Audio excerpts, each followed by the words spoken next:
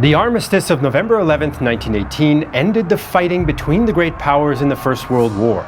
But for much of Europe and the Middle East, the armistice and the peace treaties that followed failed to achieve a stable peace. The collapse of the German, Austro-Hungarian, Ottoman and Russian empires left an unstable power vacuum and brought opportunities for political violence. The so-called Big Four victorious powers at the Paris Peace Conference, the Americans, British, French and Italians, didn't have the power or political will to impose peace everywhere. The result was a series of bitter regional wars that would plunge millions into ruin, radically reshape the map, and still fire debates today.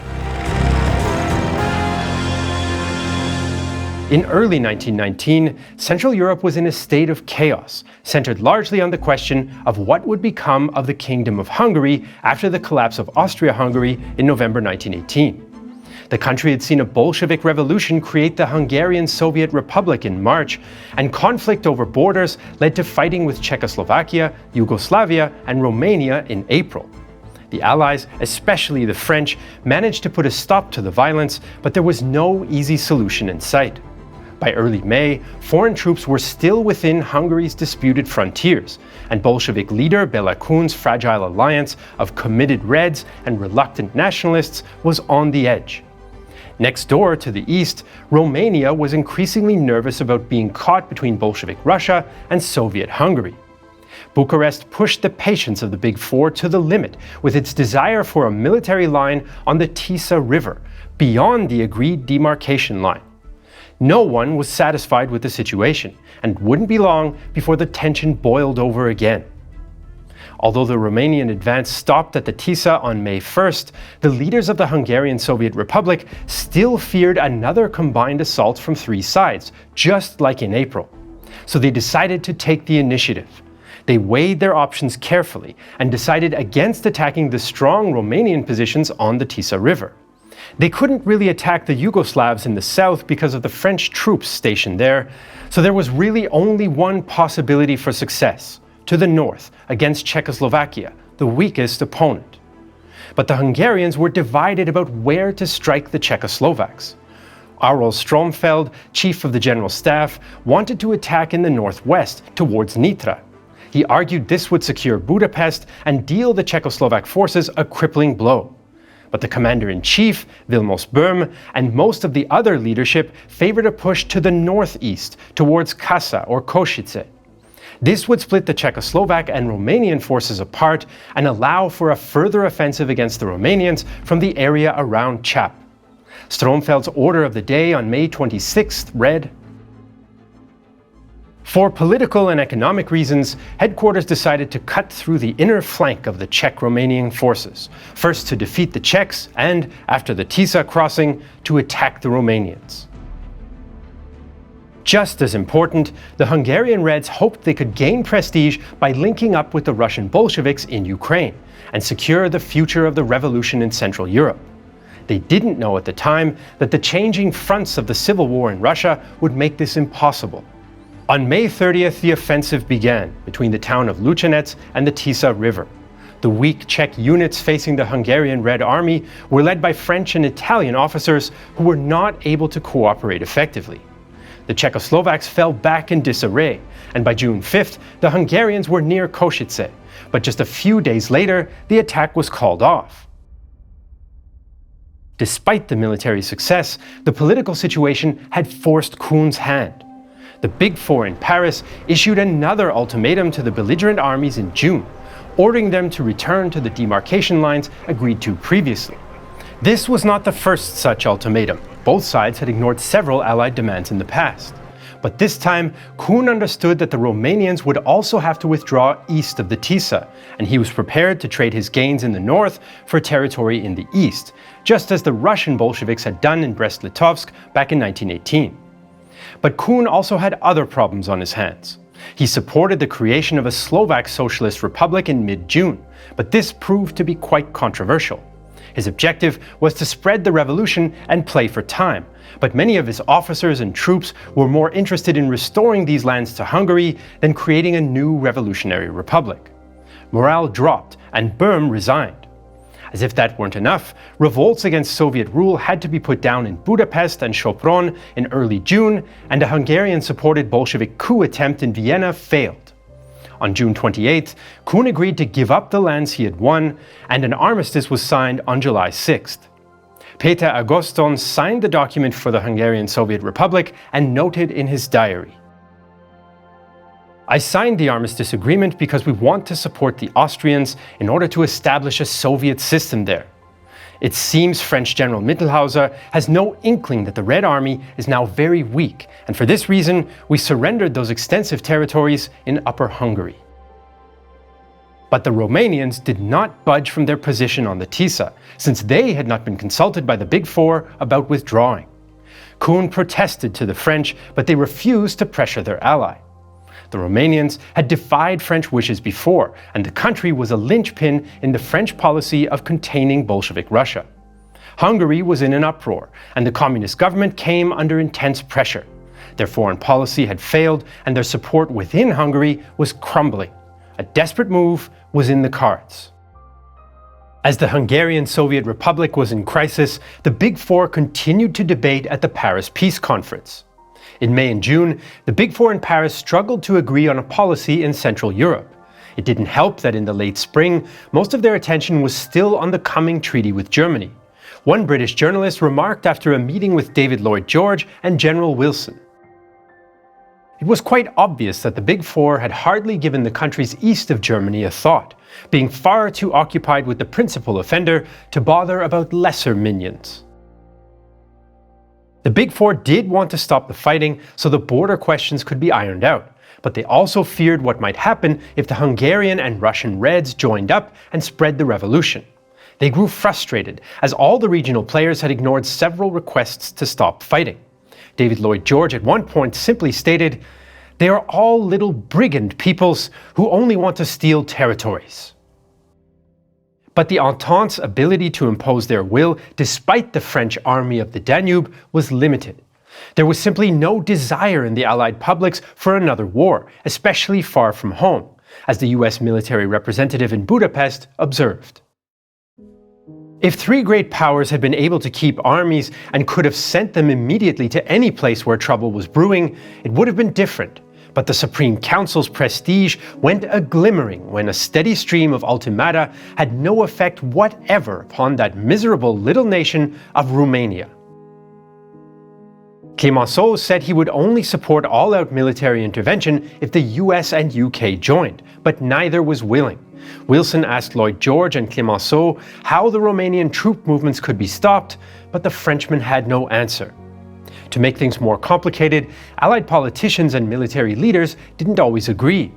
Clemenceau was supportive of Romania, but cautious, since Romania had, after all, concluded a separate peace with the Central Powers in 1918 before re-entering the war on November 10th.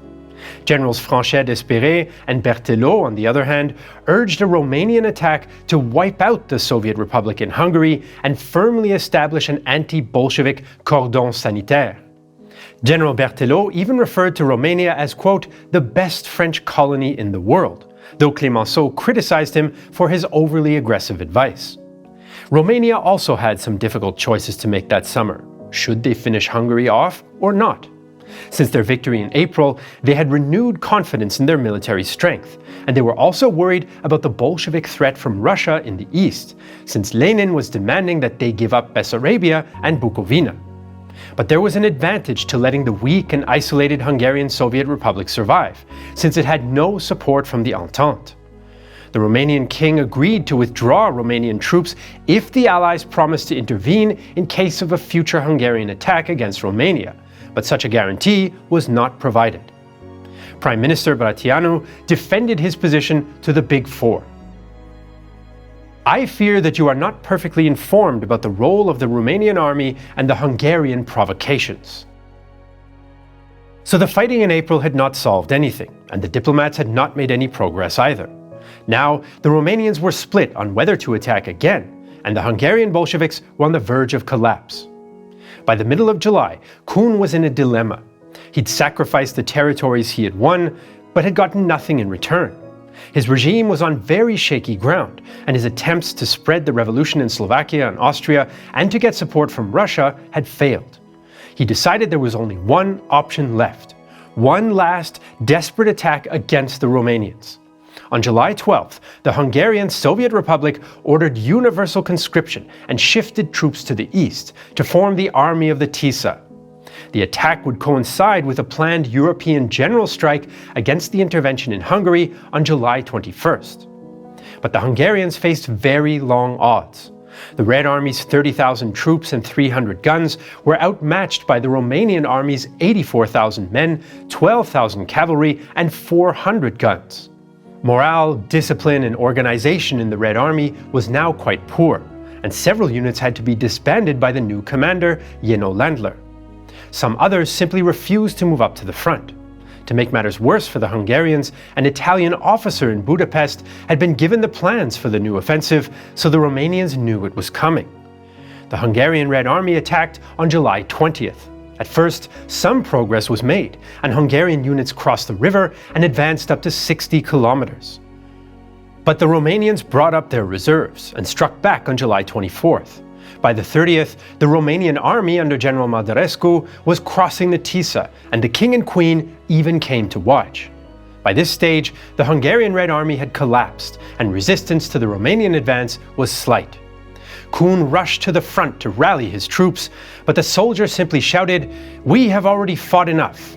Fight yourselves, comrades." Staff Officer Iulie noted in his diary, "The troops did not want to fight anymore at any price." On August 1st, Bela Kun and the rest of the governing council of the Hungarian Soviet Republic resigned. Kun addressed his fellow communists.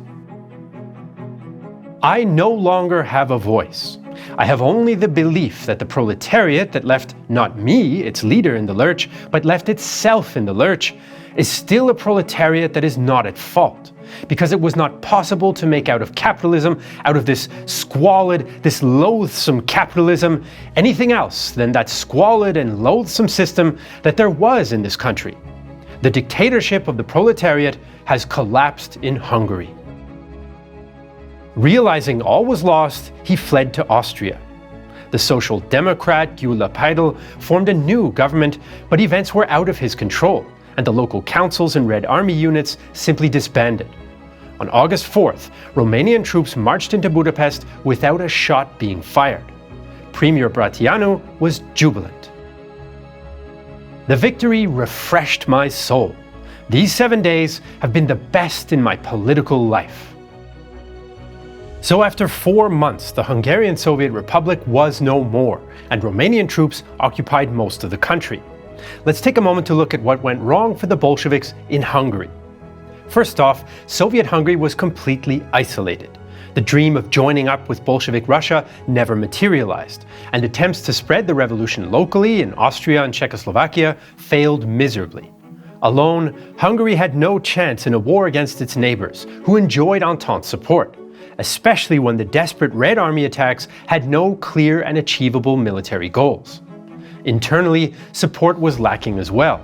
Inflation, corruption, and the Red Terror all contributed to chaos and suffering in the country. The regime alienated nearly all sectors of society. Catholics because of its atheism, business owners because of its nationalization policy, the aristocracy because of its land policy, the officer class because of its internationalism, and moderate social democrats and liberals because of its opposition to democracy. Perhaps most importantly, it also alienated the peasants, the largest group in Hungarian society, who did not want to sell their land to the state and resisted fiercely. Even amongst the Budapest workers, the core of Kun's supporters, support quickly ebbed away. A Red Commissar in Western Hungary reported on the hopeless situation in May. In this region, many villages are in revolt, and to re-establish order, real battles must be waged. Where peasants cannot rebel openly, they tolerate our rule with suppressed rage. If the workers were revolutionary enough, we could easily deal with the peasants, but the workers are not capable of sacrifice. So instead of a Soviet regime that was opposed by most, much of Hungary was now occupied by the Romanian army, and they proposed a controversial armistice. The August armistice terms demanded Hungary disarm and submit to occupation. 40,000 Red Army troops also became prisoners of war. In addition, the Romanian government demanded reparations in kind. Hungary was to hand over locomotives, rail cars, farm machinery, riverboats, wheat, and military equipment for 30,000 men. Almost immediately, the Allies set up a commission to supervise the occupation and Hungarian disarmament. But there was no Romanian representative on that commission, and relations between the Romanians and the Allies, chiefly the French, were tense. The Romanians expected the Allies would be pleased that they'd finally remove the Bolshevik threat to the heart of Europe. Instead, the Allies, already annoyed that the Romanians had previously ignored their instructions, were unhappy with the reports of widespread looting and pillaging. Like other countries, Romania had suffered severe economic hardship during the war, and after their defeat by the Central Powers, the victors had seized all sorts of food and equipment. Now, many felt they had the right to do the same in Hungary. A Polish envoy in Budapest, Baron Jan Sembek, was appalled by what he called, quote, the barbaric and extremely destructive occupation.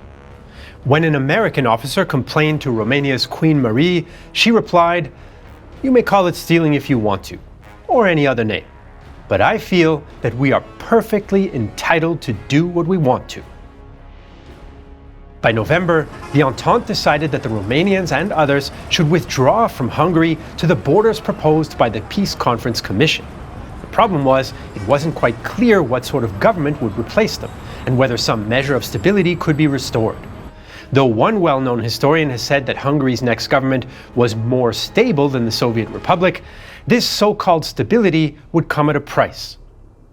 So the Romanians left Budapest on November 14th, and the occupation came to an end. The movement that now stepped into the gap and took power in Hungary had been waiting for this moment for months. When the Bolshevik Revolution succeeded back in March, more than 100,000 Hungarians fled the new regime and took refuge in Austria.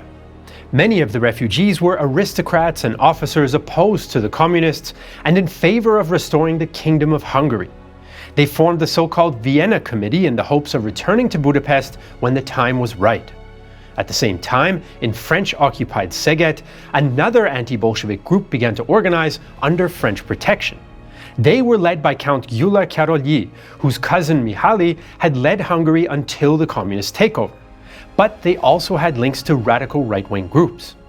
The two groups made common cause and merged in an uneasy alliance, and Károlyi appointed Miklós Horthy Minister for War. Their plan was to hold elections based on universal suffrage and form a constitutional government, but they still needed a military, so Horthy began to organize the National Army in June. A major challenge the conservative counter-revolutionaries faced was gaining the support of the French. The French were suspicious of the Károlyi group and saw them as reactionary, sympathetic to the monarchy, and Germanophile. But they did share a common anti-Bolshevik position. French General Charpy assured the Szeged government, "Wherever the French are, there is no communism." Károlyi tried hard to get French support for a march on Budapest, but could get no more than a promise of neutrality. So he and Horthy both resigned their cabinet posts. Horthy became commander-in-chief of the National Army and remained the most important figure in the stalled counter-revolutionary government. Meanwhile, in Budapest, once the Soviet government collapsed, yet another governing group emerged.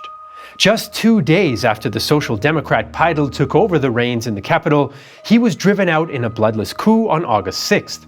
The takeover had long been planned by the radical right-wing and anti-Semitic White House group, but was co-opted by the more moderate politician István Friedrich, with tacit Romanian approval. Friedrich became prime minister and named Joseph of Habsburg, a distant cousin of the former emperor, as regent. The Allies were not happy with this turn of events. Neither were the Czechoslovaks, who feared a Habsburg restoration. Foreign Minister Edvard Beneš wrote Clemenceau, "What is going on in Hungary now under Joseph von Habsburg is extremely dangerous for the peace of Central Europe. This will lead exactly to the same result under the Bela Kun government. That is, to an extremely deep hostility of Hungary to all the neighboring states. Despite the fact that most of Friedrich's ministers were Democrats from the pre-Bolshevik cabinet, Allied opinion remained firmly suspicious of the Habsburg connection. Friedrich wanted to avoid an endless cycle of violence and called for calm.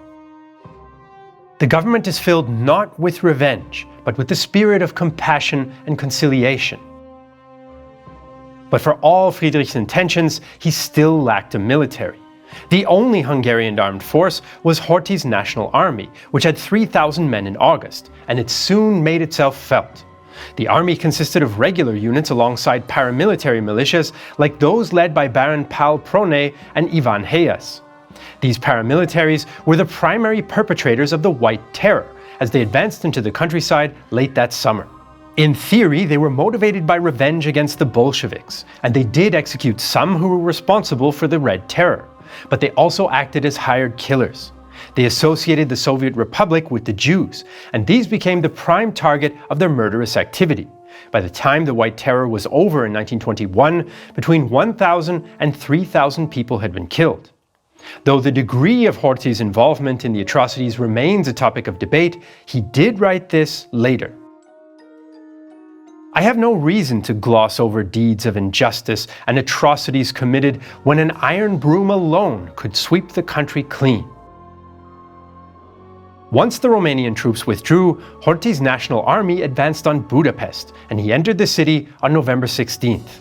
He soon took control of the government, and under his rule, the White Terror would continue to rage. The hopes of those Hungarians who wished to see a return to the goals of the October 1918 revolution had been dashed. So by the end of 1919, the fighting in Central Europe had stopped, but real stability was still a distant prospect. Czechoslovakia, Romania, and Yugoslavia had gained territory, but a peace treaty had not yet been signed. Romania had nearly achieved the goal of Romania Mare, Greater Romania, and some viewed the defeat of Hungary as retribution for 1,000 years of oppression. The French departed Central Europe without having reached their objective of a friendly, democratic Hungarian government. As for Hungary, it was a society burning with resentment. There was still hatred between left and right within the country, the White Terror continued, and many felt that a great historical injustice was being inflicted by the great powers and their neighbors.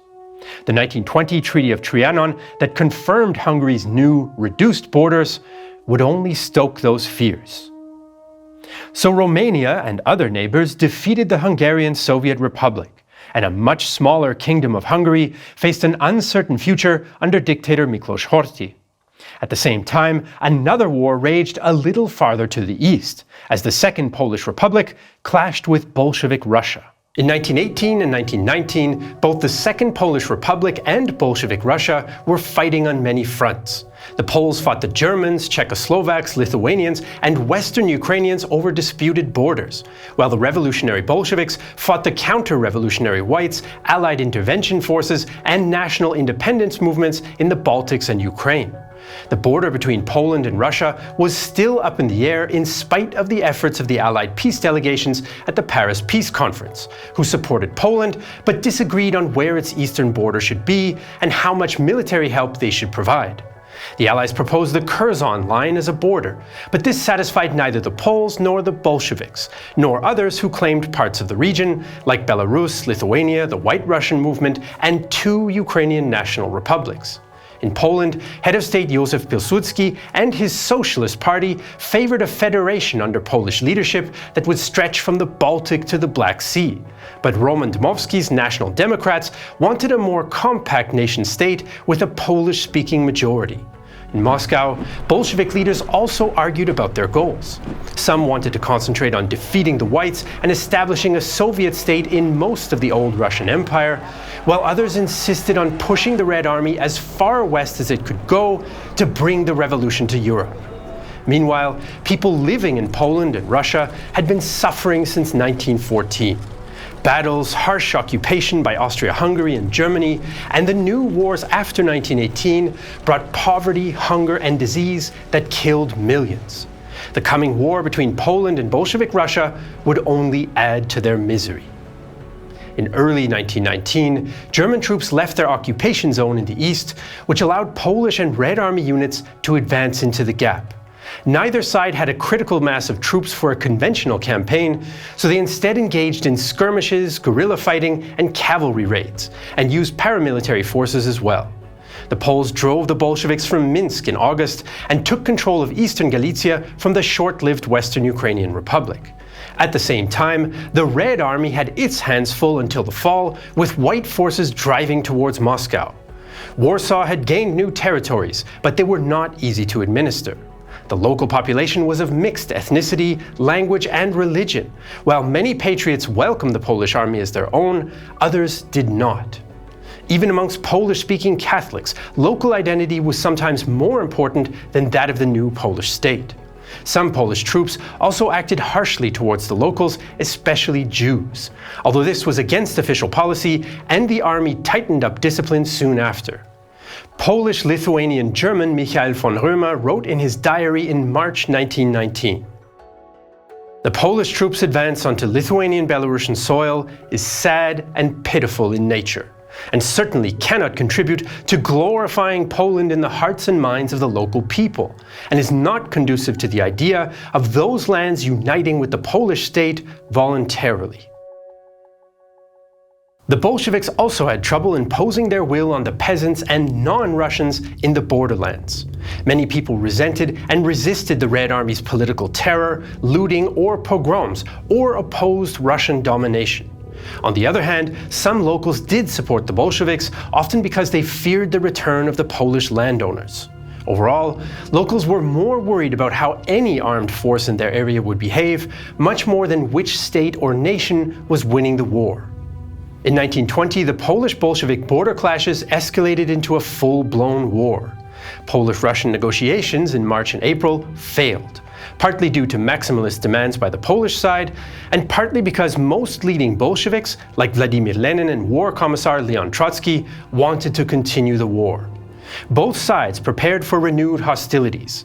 The Bolsheviks brought up reinforcements that were freed up by victories against the Whites, including the famous 1st Cavalry Army under Simeon Budyonny, whose ranks included future World War II commanders Georgy Zhukov and Simeon Timoshenko, and writer Isaac Babel.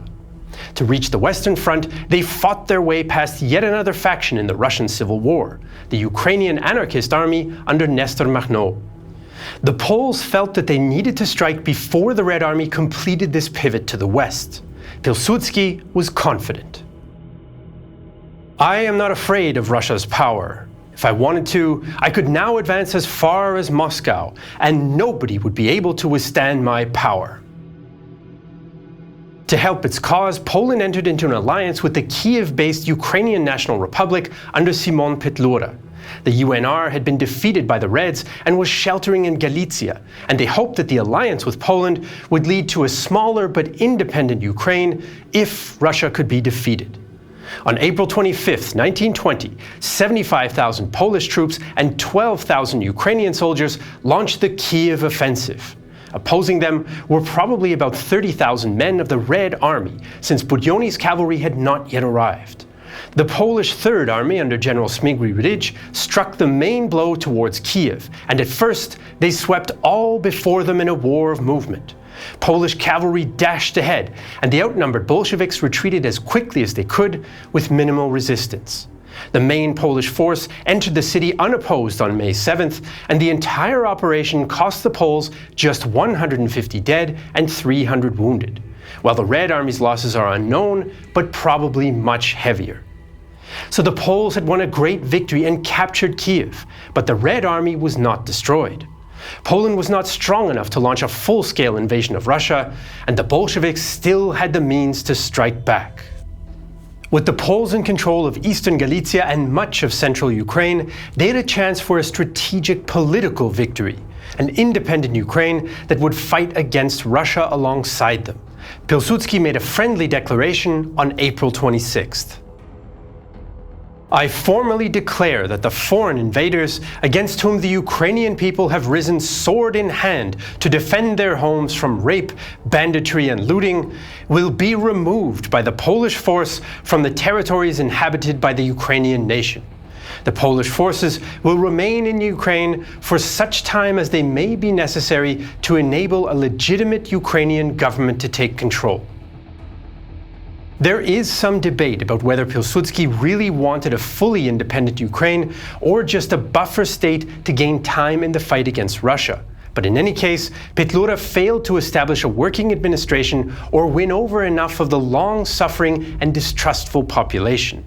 The last of many attempts at an independent Ukraine after the First World War had failed. Far from the battlefields, Poland was also wrestling with political problems. Opposition leader Dmowski was not happy about the alliance with Ukraine, and some Polish communists even went on strike. British Prime Minister David Lloyd George was especially critical. The Poles are inclined to be arrogant, and they will have to take care that they don't get their heads punched.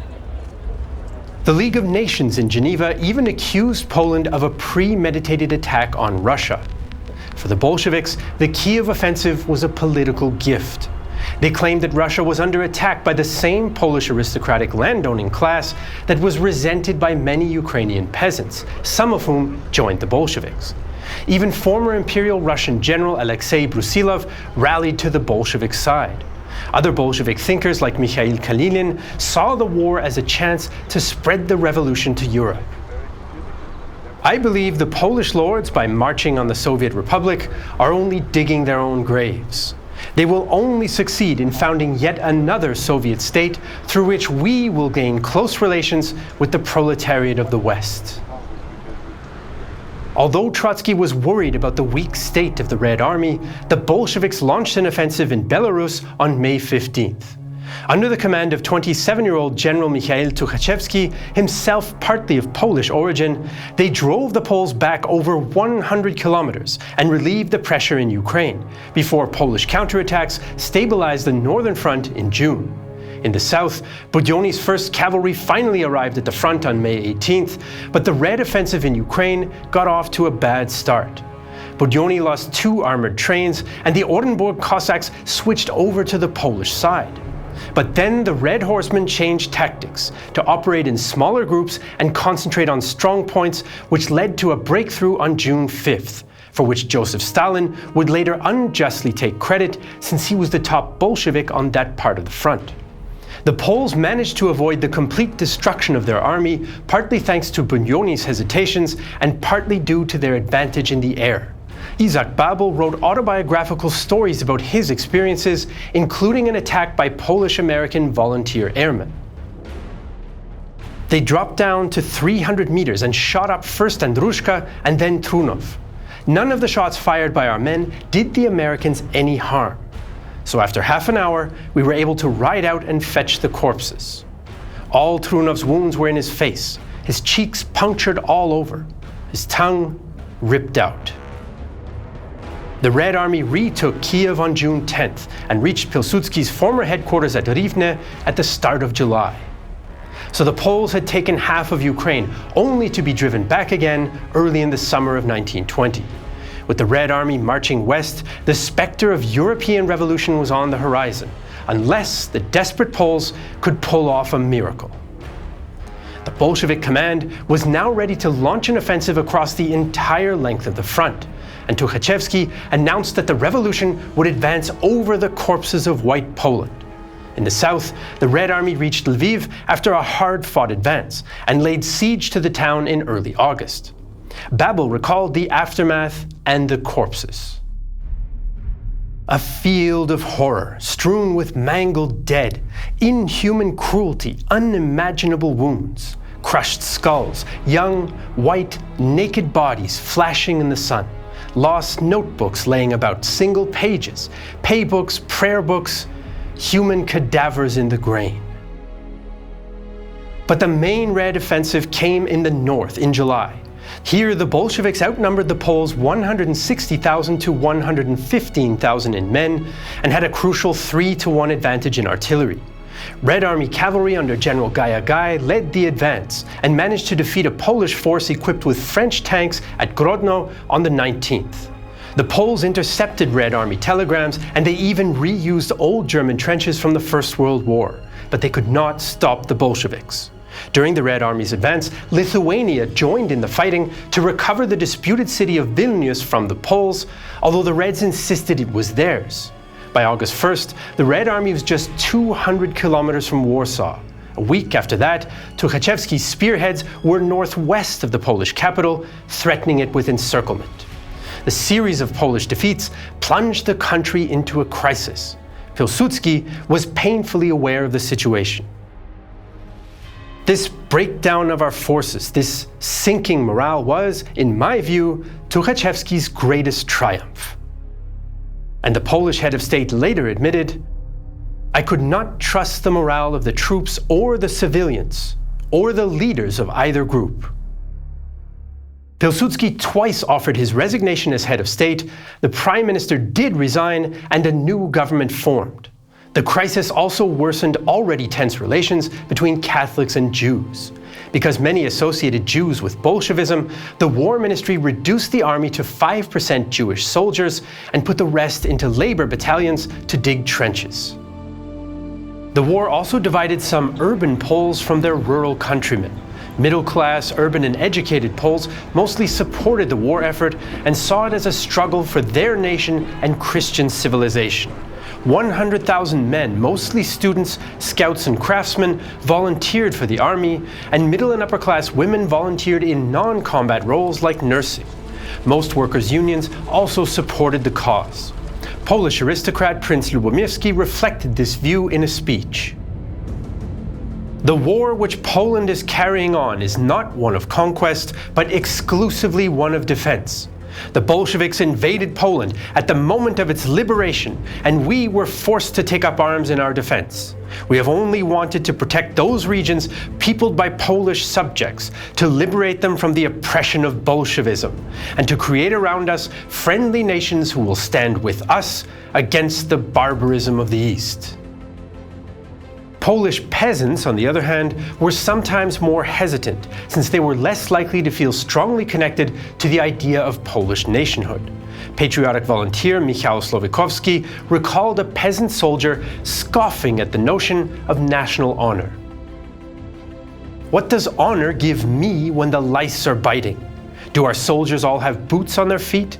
And you know how many haven't got shirts? Honor my ass. If there's nothing to eat, the lice are biting, and the soldiers have no underpants.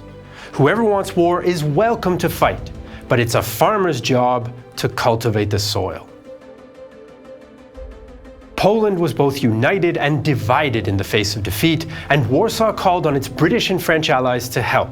The Allies sent weapons and a military commission to advise the Poles, including French officer Charles de Gaulle, but neither country was willing to enter the war. On the diplomatic front, the British and French tried to force both sides to accept the Curzon Line and get the Bolsheviks to accept Polish independence. Behind the scenes, the Bolsheviks also faced internal troubles. Commander-in-Chief Sergei Kamyanev wanted to stop at the Curzon Line, whereas War Commissar Leon Trotsky thought that the army should be able to cross the line temporarily if necessary. Lenin, however, gave orders to push past the line in mid-July. They set up a Polish Revolutionary Committee under Polish Bolshevik Felix Dzerzhinsky, the head of the Cheka secret police. The committee was crystal clear about their plans for Poland. All representatives of the Polish bourgeoisie and landowners, all who support White Poland, will be arrested and sent to concentration camps. Red leaders also differed as to what to do once they had defeated Poland. The Red Army was too weak to conquer the rest of Europe, so Tuchachevsky favored limited war aims, like a deal with Weimar Germany over a future Russian-German border. Lenin hoped that once the Red Army took Poland, simply its presence on the border with Germany, Romania and Hungary might set off an unstoppable wave of revolution that would not require military conquest. Some of the rank and file, like Isaac Babel, were committed to revolution at all costs. "We will wage war forever. Russia has thrown down the gauntlet. We will march into Europe to conquer the world. The Red Army has become a factor in world politics." Most Bolshevik leaders did at least agree that Poland's presence in Belarus and Ukraine was a strategic threat to Russia, and both ideological and military motivations caused Moscow to push past the Curzon Line. So the Red Army had the Poles on the run and was at the gates of Warsaw. The coming battle would decide whether the Polish Republic would survive. As the Red Army moved into Poland, its military commanders fought amongst themselves. Trotsky and Tukhachevsky did not get along with the clique of Stalin, Yegorov, and Budyonny. This stopped the Bolsheviks from making the logical military decision to concentrate their forces in the north under Tukhachevsky. To make matters worse for the Reds, they expected the local population would support them, but instead they faced hostility from the majority of Catholics and Jews in Poland. This worsened their already terrible supply situation, and the army was short on food. Morale was low and desertions common. By August, about 116,000 Bolshevik troops faced 156,000 Polish defenders. Still, Tukhachevsky launched his assault on Warsaw on August 13, 1920. He knew his forces were overextended, but gambled that the Poles would not be able to react in time. On the 14th, near Radzymin, Red Army forces pushed back the Poles, but Polish General Halle's defenders rallied with the help of French-supplied tanks and won a local victory that boosted morale. In fact, some historians have argued that this was the decisive turn in the battle. North of Warsaw, things went equally badly for Gajagaj's Red Cavalry. General Sikorski's inexperienced Polish troops pulled off a bold counterattack, helped by the chance destruction of a critical Russian radio, and prevented an encirclement. Some historians consider this battle north of the city to have been the decisive moment, not Radzymin. Regardless of which was more important, both of these fronts held long enough for the main Polish counterattack in the south to begin. The Poles had planned a very risky counteroffensive, which would lead either to a smashing victory or total defeat. They shifted units to the southern flank and then attacked north on August 16th to cut off the Bolshevik armies threatening the capital. But if the Poles were too slow, Budyonny's cavalry might move west from Lviv and catch the Poles in mid-maneuver. Tukhachevsky had learned of the preparations, but he did not believe his own intelligence reports. If Budyonny had been quicker, he might have caught the Poles in the flank and turned the tide of the battle. But he was too slow. The Polish attack smashed through the weak Red Army resistance and raced 120 kilometers into the gap. Budyonny was too far away, and Tukhachevsky's forces were stuck. They couldn't take Warsaw, and now the enemy was getting behind them. 3 Red armies were routed within the space of a few days, and a chaotic retreat eastwards began. Supply trains and artillery were abandoned, and Gajagaj's cavalry was cut off and crossed into East Prussia, where they were interned by the Germans. As the remaining Red forces withdrew, the Polish population that had generally refused to support them now also rose up against them, as a Red Army commissar reported. The locals were extremely hostile to us. In many cases, the retreating units conducted rearguard battles with the local population, during which the Red Army soldiers dealt brutally with the insurgents. The Polish victory at Warsaw was as complete as it was surprising. 2/3 of Tukhachevsky's army was killed, wounded, or captured, about 100,000 men. In Catholic Poland, many felt that divine intervention had granted them victory, and the battle became known as the Miracle on the Vistula. Lenin later reflected on what might have been for Bolshevik Russia. If Poland had become Soviet, the Versailles Treaty would have been shattered, and the entire national system built up by the victors would have been destroyed. Both Lenin and Trotsky blamed Stalin for the failure, since he had helped to keep Budyonny in Galicia for too long. Not only had Poland prevented a Bolshevik conquest and perhaps stopped the spread of revolution, ironically the result of the Battle of Warsaw may have had benefits for the Bolsheviks as well. If they'd won, the Allies might have intervened and potentially overthrown them. In the words of historian Laura Engelstein, Polish victory may have saved Europe from Bolshevism. It also saved Bolshevism from Europe. So by the third week of August 1920, the Poles had won a major victory. The Red Army was on the run, and armistice talks began at Minsk. But the Polish-Soviet War was not yet over. In spite of the dramatic victory at Warsaw, Poland still faced challenges. Pilsudski's Socialists and Dmowski's National Democrats still couldn't agree on the eastern border, and relations with Britain and France were still difficult. More dangerously, Poland was still at war with a larger and ultimately more powerful neighbor. As the Polish army chased the defeated Bolsheviks away from the capital, Red Army forces near Lviv belatedly moved north to help their comrades. But the Poles prepared a trap for the 1st Red Cavalry Army outside Zamość, near the village of Komarów.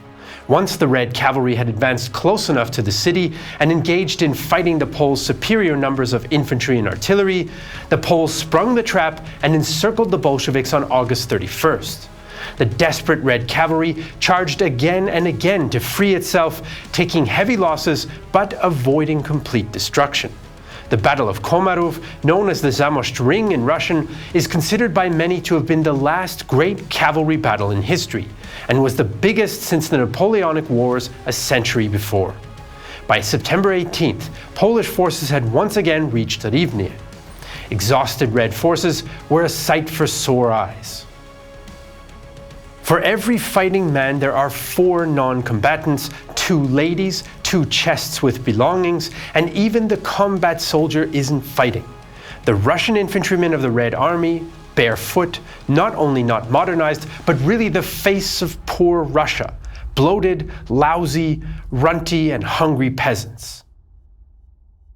These demoralized Red units also committed several pogroms against Jewish communities as they withdrew, leading to responsible officers being punished.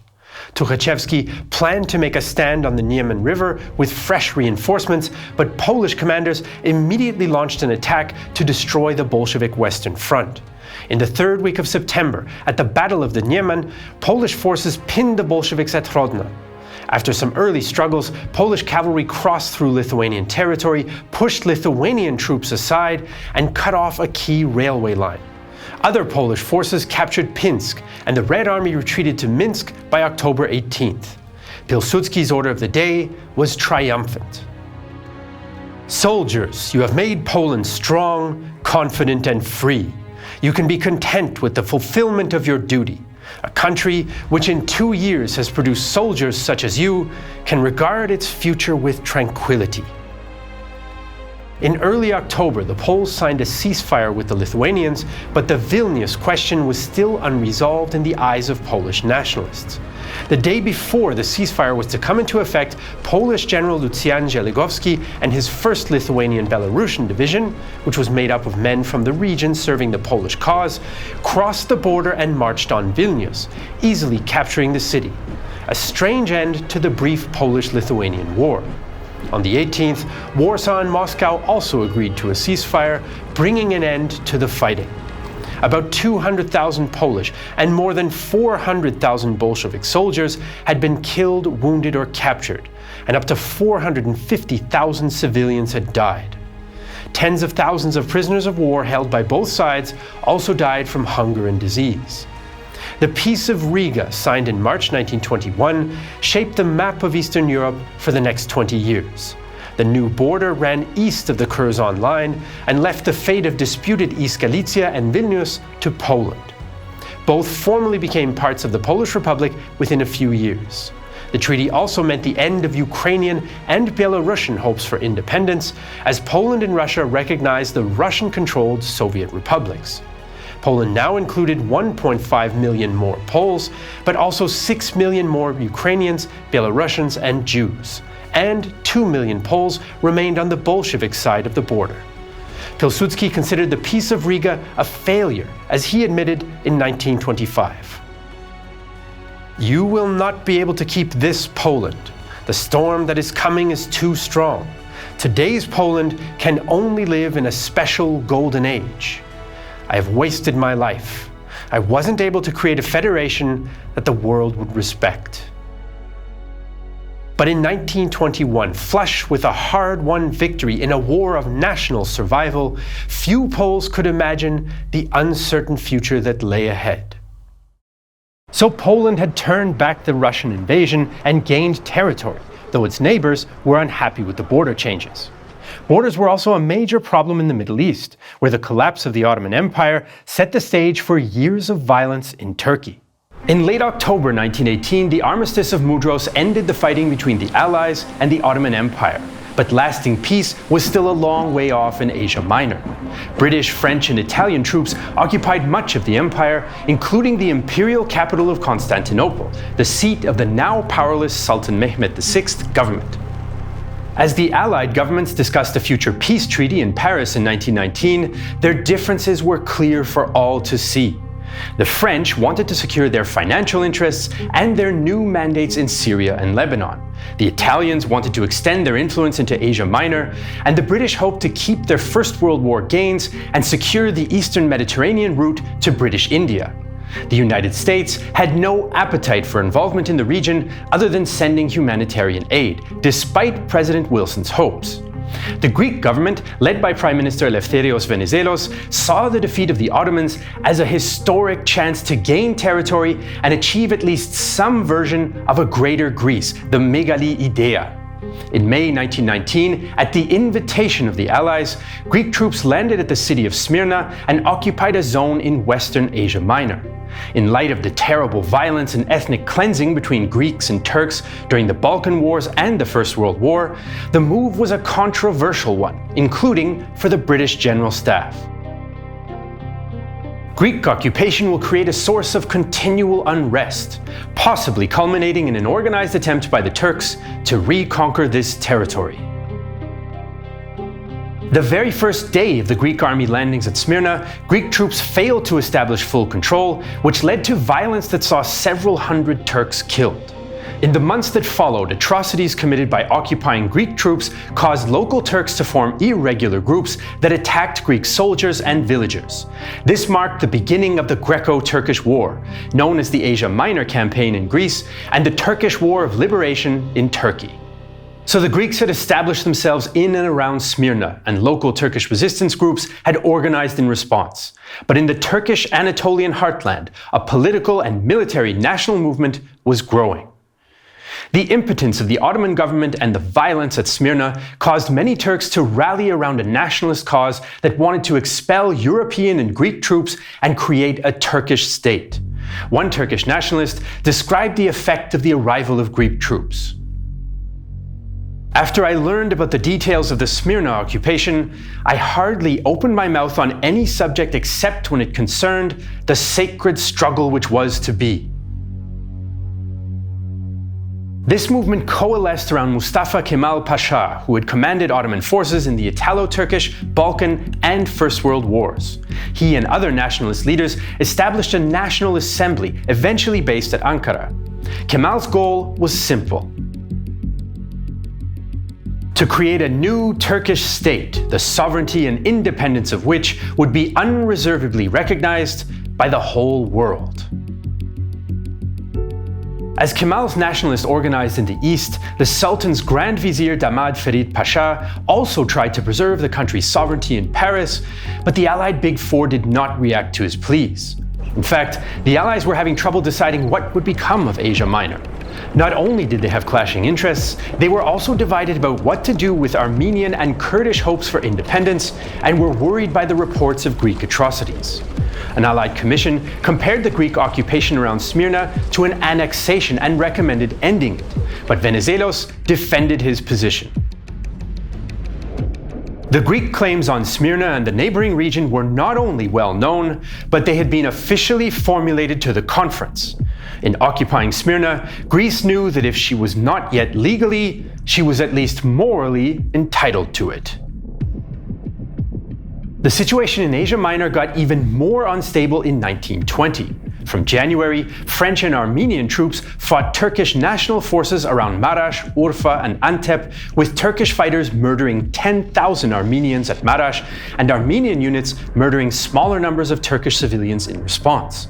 Ottoman elections saw Kemal's nationalists win representation in parliament, but the British arrested many of them and formalized the occupation of Constantinople. In April, the Allied powers finally agreed on the terms of the Treaty of Sèvres to formally end the war with the Ottoman Empire. Britain got most of what it wanted, including internationalization of the Straits and a guarantee of Armenian and Kurdish states. France and Italy were to gain spheres of influence in Anatolia and, more importantly, strong financial concessions. The Greeks were to gain the region of eastern Thrace, while Smyrna was to be administered by Greece but formally remain a part of Turkey. After 5 years, a referendum would decide on its final fate. Like the other peace treaties, the Ottomans would pay reparations and had to reduce their armed forces to 50,000 men and a handful of small boats. No air force was allowed. For Mustafa Kemal's nationalist movement, the treaty would be their worst nightmare if it was implemented. But in the summer of 1920, it was a political gift for their cause. More Turks rallied to Kemal, and the Allies did not have the military means or political will to impose the treaty by force. French Marshal Ferdinand Foch estimated they'd need 27 divisions to enforce it, and no one in Britain, France, or the US was ready to commit them. Athens insisted that the situation would calm down once the treaty had been signed, so the Allies gave permission to the Greeks to begin an offensive. On June 22nd, Greek units crossed out of their zone of occupation and advanced towards the Sea of Marmara, central Anatolia, and in eastern Thrace. Kemal was still in the early stages of creating a Turkish nationalist army, so Turkish troops mostly withdrew on a fighting retreat, although both sides accused the other of committing atrocities along the way. Greek troops captured Edirne, Iznik, and Uşak before the French and Italians called for a stop to the advance. The Greeks had two options: to concentrate on eastern Thrace or to try to crush Kemal in Anatolia. The military favored the Anatolian option, but Venizelos chose to wait in the hopes that the British would send more troops. But the British did not send more troops, and even though the Sultan's government reluctantly signed the Treaty of Sèvres in August, the reality on the ground looked nothing like the one envisioned on paper. By late 1920, the Turkish National Assembly's regular army had grown to 86,000 men, and the Greek army of Asia Minor had grown to 100,000 and still stood deep in Anatolia without a political solution in sight. The Turks even launched their first serious offensive along the Gediz River in October, and even though Greek forces stopped them, it was a sign of growing Turkish organization and skill. Kemal also took the offensive in the east against the Armenians and pushed them back onto the territory of the former Russian Empire, in fighting that saw widespread atrocities against civilians. At the same time, Greek political life had been badly split between the supporters of Venizelos and those of exiled King Constantine since the First World War. By this time in the Greco-Turkish War, the tensions within Greece deepened even further. The country had lost most of its allied support, was in an economic crisis, and in October, King Alexander was bitten by a monkey and died of the subsequent infection. This revived the schism between the Venizelists and royalist supporters of King Constantine. Venizelos was defeated in the elections that fall, and Constantine, who was disliked by the Allies for his pro-German stance in the First World War, returned to the throne of Greece in December 1920. Venizelos later reflected on his defeat. My mistake was that when the death of Alexander occurred, I failed to postpone the elections in order to negotiate with Constantine and the powers for the accession to the throne of the constitutional heir. This was my great, and you might say, unforgivable error. Because this solution, if it had been achieved, would have restored national unity. So by the end of 1920, the Greek army was deep in Anatolia, and Turkish resistance was organizing around Kemal. The leaders of an unstable Greece, dependent on vanishing Allied support, were getting more desperate. The political situation continued to spiral for Greece and improve for the Turkish nationalists in early 1921. The Turkish Assembly passed a new constitution, condemned the Sultan's government in Constantinople, and signed a treaty with Bolshevik Russia in March, which stabilized the eastern border and provided more weapons shipments as well. The London Conference was supposed to find a diplomatic solution, but failed, and the violence on the ground continued. Greek reinforcements arrived in Anatolia, Venizelos officers were replaced with royalists, and General Anastasios Papoulas took command of the Greek army of Asia Minor. Greek strength in Anatolia grew to over 100,000 men, and with the new recruits came reports of plunder and violence against the local population in areas under Greek control. In April 1921, the Greek Governor-General of Smyrna admitted to a spike in violence against Turkish civilians, but the International Red Cross report was far more direct. Elements of the Greek army of occupation have been employed in the extermination of the Muslim population. Instead of being disarmed or broken up, the bands have been assisted in their activities and have collaborated hand in hand with regular troops. At the same time as Greeks were killing Turks in the west, in the Pontic region, Turkish bands led by Topal Osman killed 8,000 Greeks. One Greek resident recalled the atrocities. They stripped the children and threw them into wells. Then they threw stones on top of them. They filled the church, the schools, and the barns with the old people and set fire to them. Athens was desperate to bring the war to an end, but many felt that there was no chance of victory. Even Greek general Ioannis Metaxas, who was by now out of the army, bluntly said that the war could not be won. Still, Prime Minister Gounaris' government decided to break the deadlock and save the Treaty of Sèvres. The Greeks attacked at the Battle of Inonu in January, and although they executed a planned withdrawal after their advance, the Turks saw the battle as a defensive victory that boosted morale. In March, the Greeks attacked again, this time to capture important rail links near Kütahya.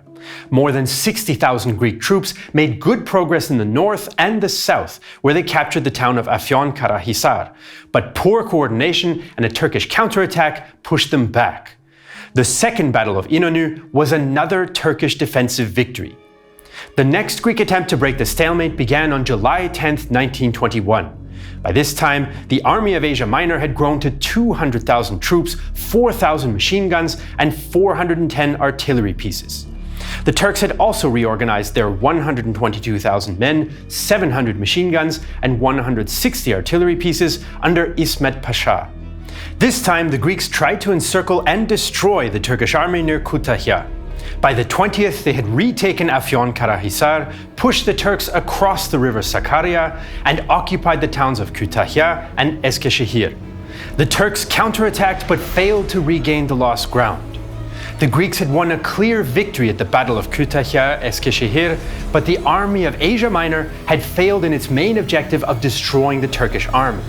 The battle had cost the Greeks about 8,000 men and the Turks about 30,000, although many of these had lost contact with their units and would fight another day.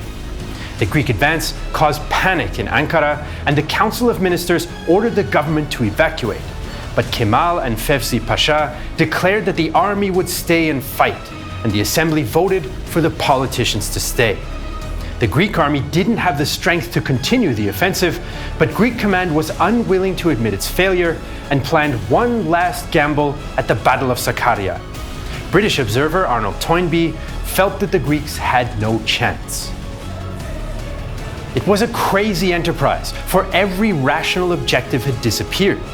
The annihilation of the enemy? 3 times already that stroke had missed its aim. The occupation of his temporary capital? As if the loss of Ankara would break a Turkish morale which had survived the loss of Constantinople, or would prevent the Great National Assembly from resuming its activities elsewhere. Everything was against the invaders. The Greek plan was to distract Turkish forces near the river and then surround and destroy them.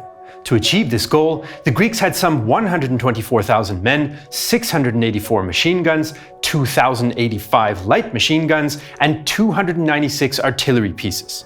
The defending Turks had around 100,000 soldiers, 826 machine guns, and 169 artillery pieces. The Greeks opened the battle on August 13th, and at first made good progress. Kemal was worried and convinced the National Assembly to temporarily give him near dictatorial powers to deal with the crisis. Kemal later stated that at this point he issued a dramatic order. "I said there was no line of defense, but an area of defense, and that this area was the whole country. Not an inch of the country should be abandoned until it was drenched with the blood of the citizens."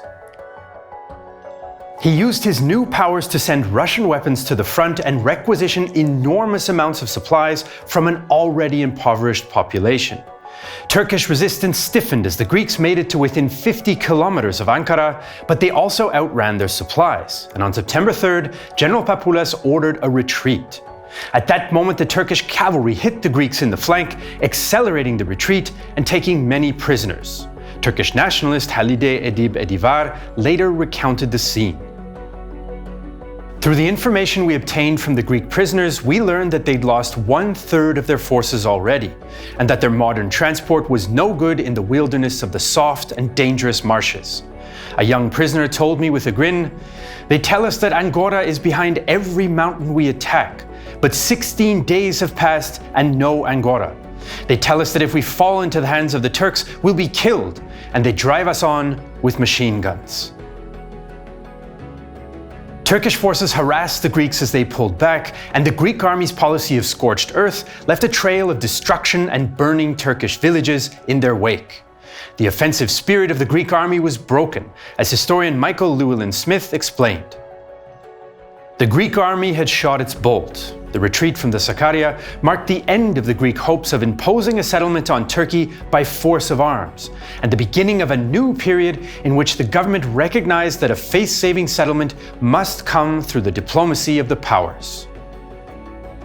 The month-long Battle of Sakarya ended in a victory for the Turkish nationalist army by attrition. 3,700 Turkish troops were killed and 18,000 wounded, while the Greeks lost 4,000 killed and 19,000 wounded. In the fall of 1921, Greece suffered another diplomatic defeat when France signed the Treaty of Ankara with the Turkish National Assembly, ending what is sometimes referred to as the Franco-Turkish War. This helped legitimize Kemal's rival government and delegitimize the Treaty of Sèvres. French troops withdrew from Cilicia, leaving behind valuable weapons for the Turks and freeing up Kemal's southern front.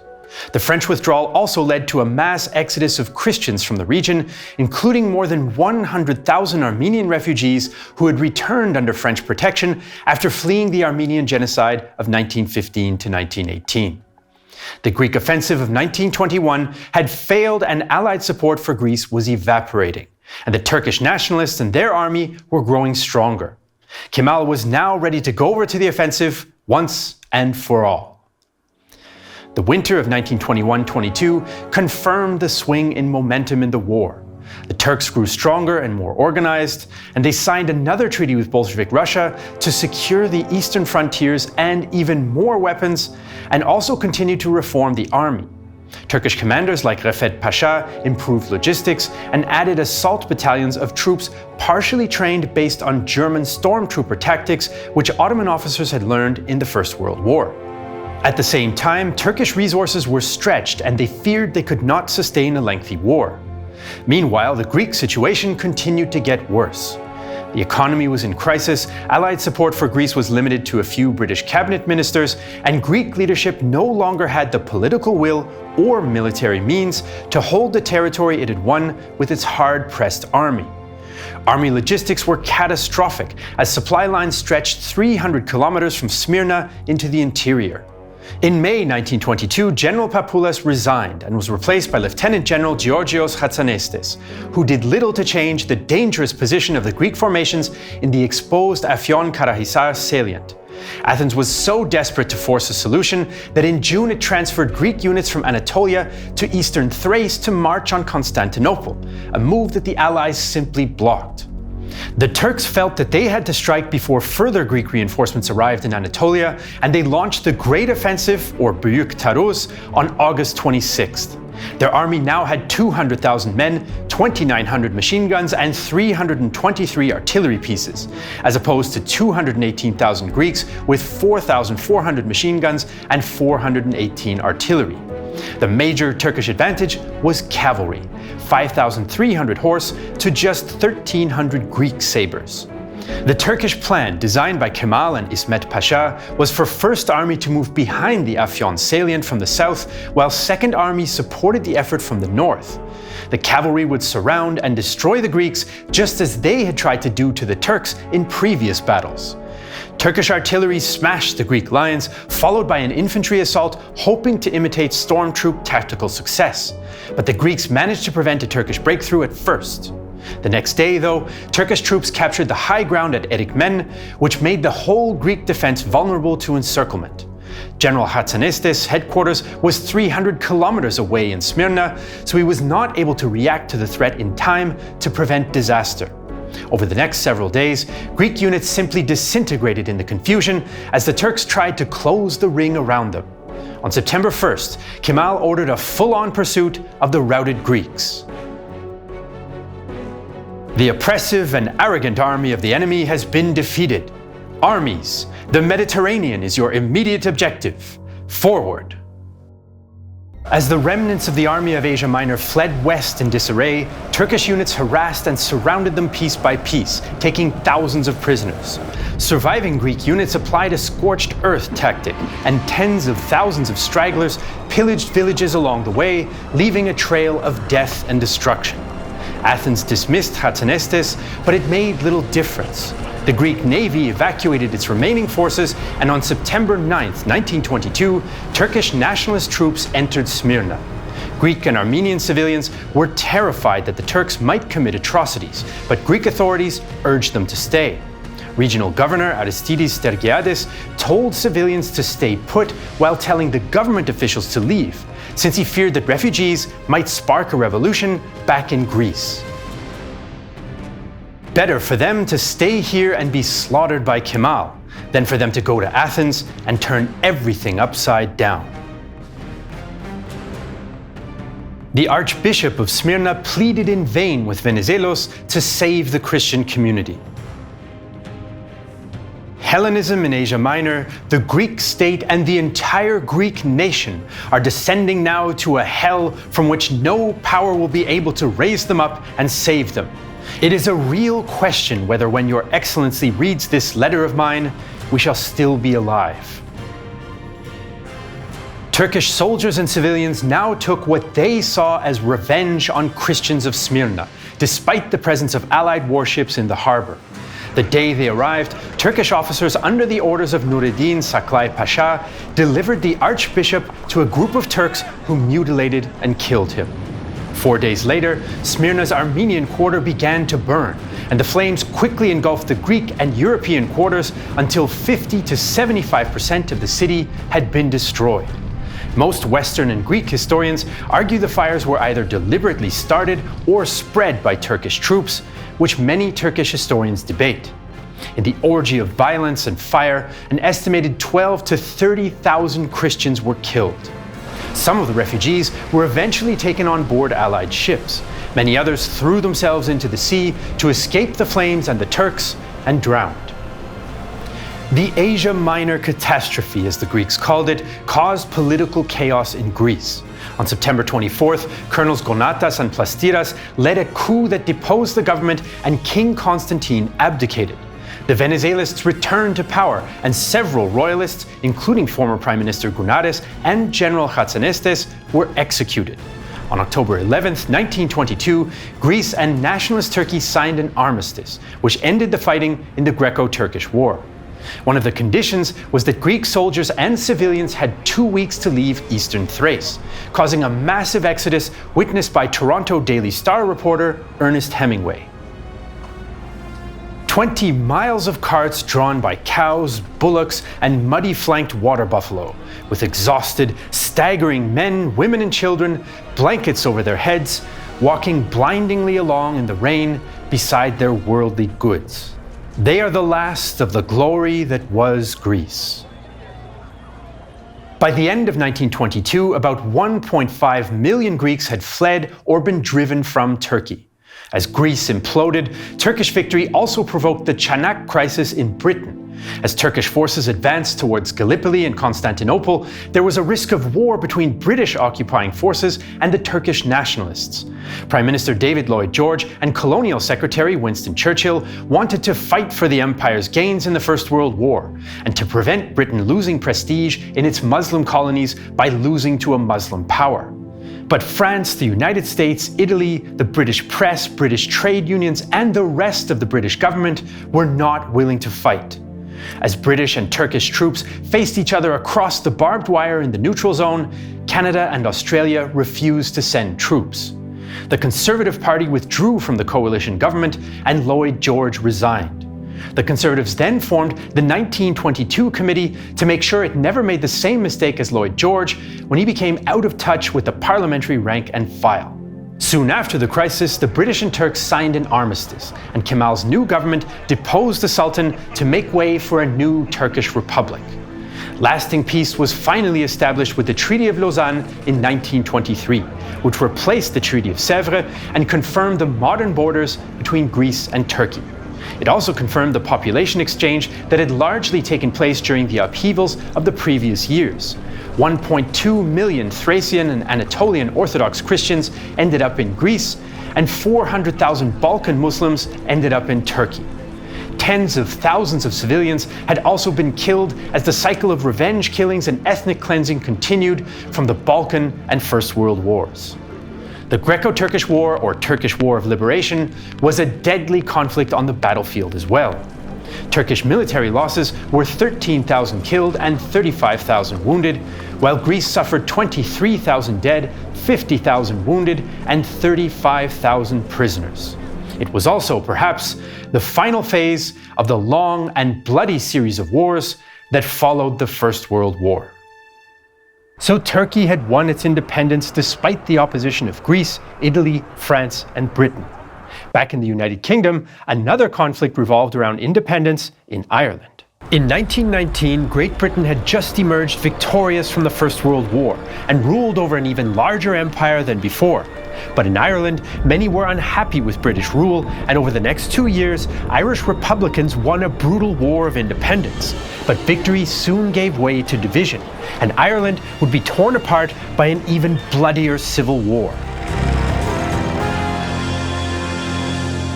The Irish War of Independence, or Anglo-Irish War, that raged from 1919 to 1921, was rooted in Irish desire for independence from Great Britain. The so-called Irish question had marked UK politics even before Ireland became part of the UK in 1800, and was still a difficult topic in 1914. That year, the British Parliament passed a Home Rule Act, giving Ireland more autonomy within the UK, but the government delayed implementing it when the Great War broke out.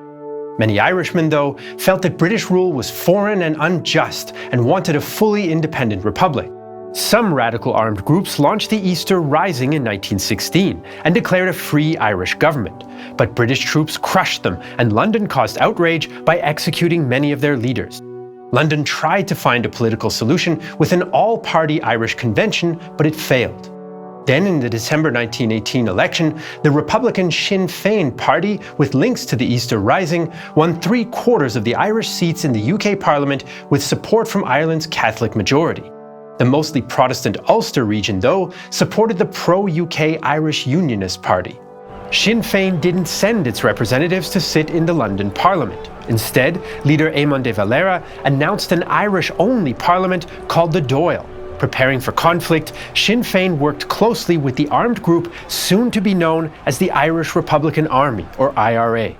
So in early 1919, a self-declared Irish Parliament allied with the independent IRA, and the Anglo-Irish War soon began. The Dáil sat for the first time on January 21, 1919, and declared independence. We solemnly declare foreign government in Ireland to be an invasion of our national right which we will never tolerate, and we demand the evacuation of our country by the English garrison. The British, though, still controlled Ireland through the Dublin Castle administration and the police, the Royal Irish Constabulary, or RIC. To Republicans, they were an occupying force, even though most police were fellow Catholics. So on the same day the Dáil declared independence, the IRA ambushed and killed 2 policemen at Solo Headbeg. Sinn Féin had not approved the attack, but it's still often seen as the start of the war, even though London considered it a police matter at first. The IRA now began a guerrilla campaign against the RIC and British officials. They avoided pitched battles and instead ambushed police patrols or barracks with whatever weapons they had, even homemade bombs. The IRA also organized itself into county brigades or parish companies and recruited unit leaders. They also used flying columns of mobile attack groups that could quickly form up, attack, and disappear. This was a tricky process, and there were struggles, but a decentralized structure had advantages. The democratic organization of the volunteers and the impossibility in the circumstances of any tight control by the headquarters staff permitted and encouraged the development of local initiative on a scale quite abnormal in a regular army. To the RIC, the attack seemed to come out of nowhere, and the attackers melted away into the civilian population. IRA fighter Seamus Conway described a typical ambush. In a brief space of time, 2 lorries approached. The mine, on being exploded, blew the front part off the first lorry, bringing it to a standstill and throwing out the occupants. The second lorry pulled up behind this, and concentrated rifle fire was brought to bear on it. Its occupants jumped and dived for cover, a good many of them knocked out as they did so. Cover at this point was scarce. They got their Lewis gun into operation immediately, but after a few bursts, the gunner was knocked out, and the guns did not get into action anymore. The IRA attacks were small. They killed 15 policemen in all of 1919, but they had a big political impact. Even when the RIC repelled IRA assaults on better defended police barracks, which they usually did, they improved Republican morale and forced the British onto the defensive. The IRA usually chose the time and place of any combat which overwhelmed the RIC, which suffered more casualties than the attackers. So in March 1920, the British created the RIC Special Reserve, better known as the Black and Tans, since they used some army khaki in their dark uniforms. Most were English or Irish Protestants who'd fought in the Great War, although 20% were Catholic.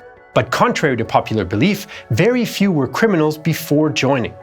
Poor training and the pressures of counterinsurgency combat meant that the Black and Tans would commit more crimes than other British soldiers while in uniform. The IRA's guerrilla campaign against the police accelerated in 1920, which also saw escalation from the British side.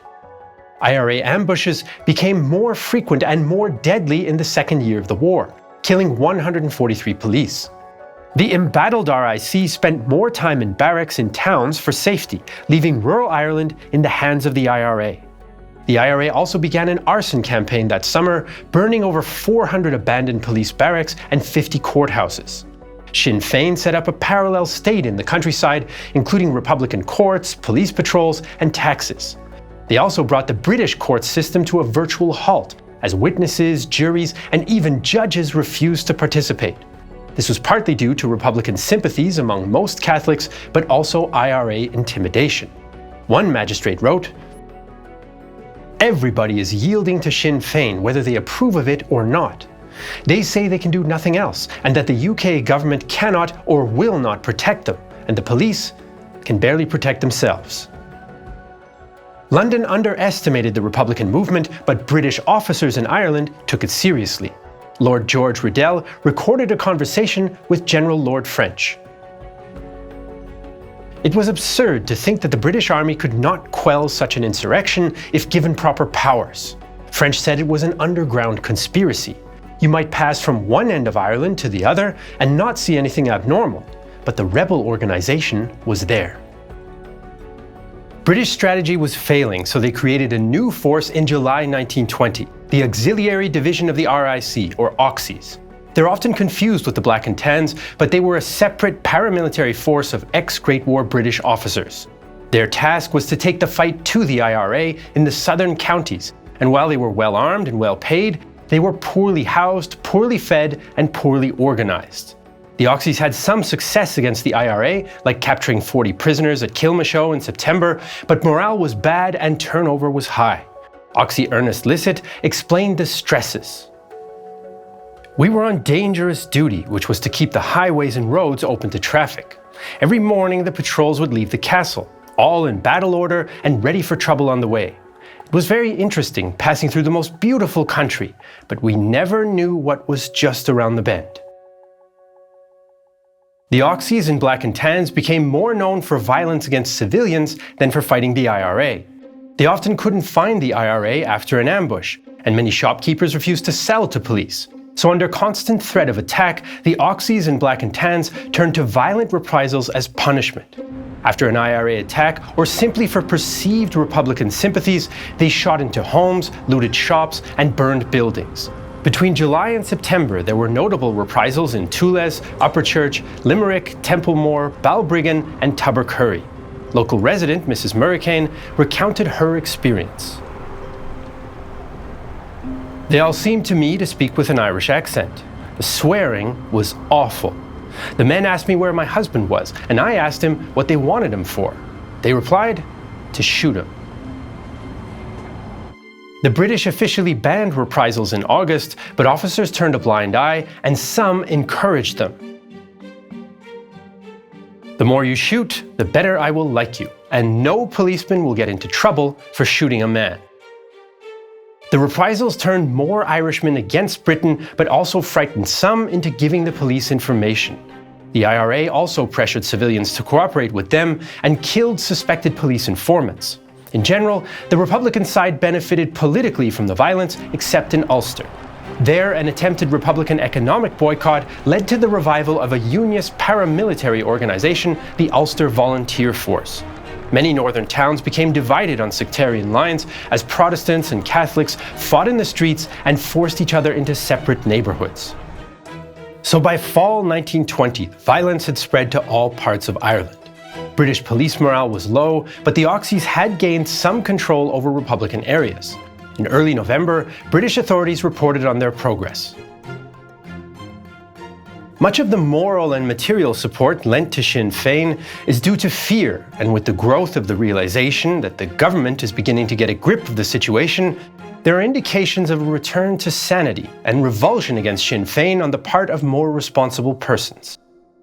But the IRA was about to launch its most ambitious attack yet.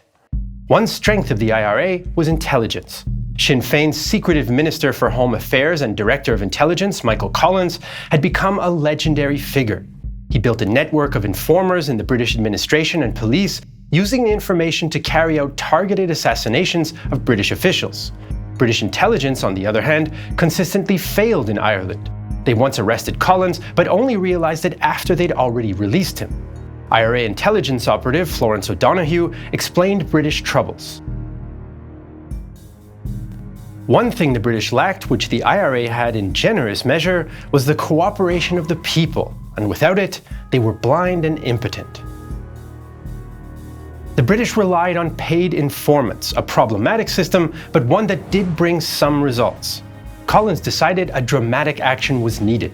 The Dáil approved his plan for an IRA group known as the Squad to kill 12 members of British intelligence known as the Cairo Gang in their own homes. On the morning of Sunday, November 21st, 1920, the Squad killed 14 men, including the first 2 Auxies of the war, in an unplanned clash.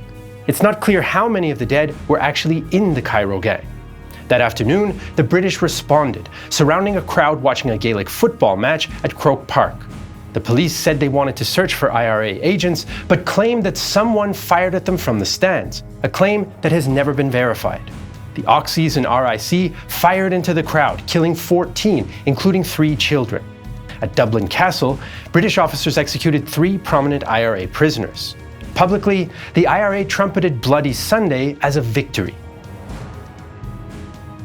My one intention was the destruction of the undesirables who continued to make miserable the lives of ordinary decent citizens. If I had a second motive, it was not more than a feeling such as I would have had for a dangerous reptile. By their destruction, the very air is made sweeter. They have destroyed without trial. I have paid them back in their own coin. Privately, though, Collins had doubts as he'd not expected the harsh British response. The events of Bloody Sunday sent a shockwave across Ireland and Britain, but the violence continued even as diplomacy began. Even before Bloody Sunday, the British had been divided about Ireland.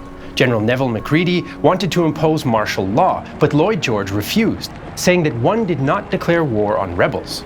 Instead, in December 1920, London passed the Government of Ireland Act, which foresaw 2 Home Rule systems and 2 Irish parliaments, one for Ulster and one for the rest.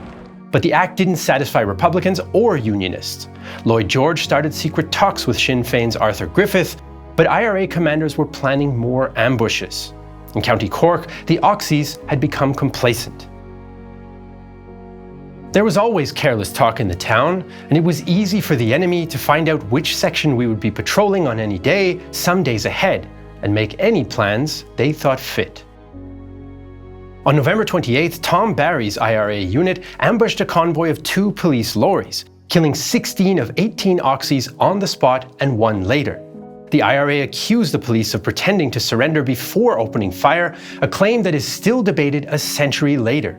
The lone surviving policeman, on the other hand, insisted the IRA executed the police after they'd surrendered. The Auxiliary Division had suffered its bloodiest defeat of the war, and the British declared martial law in 4 counties, including this public warning.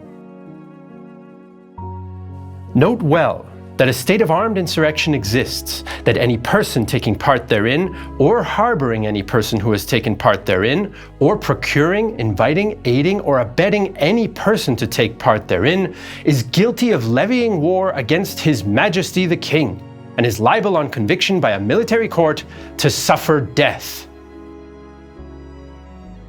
After another IRA ambush in Cork City, British troops and police torched the city centre in reprisal. Foreign governments condemned the British action, and London paid residents £3 million in compensation. Some Auxies, though, saw it as payback and wore burnt pieces of cork on their caps.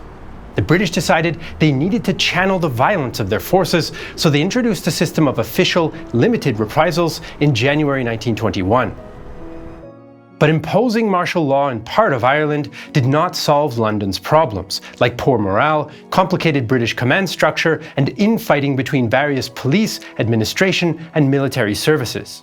With Irish elections planned for May 1921, Lloyd George proposed a truce, which the IRA rejected since they would have had to disarm.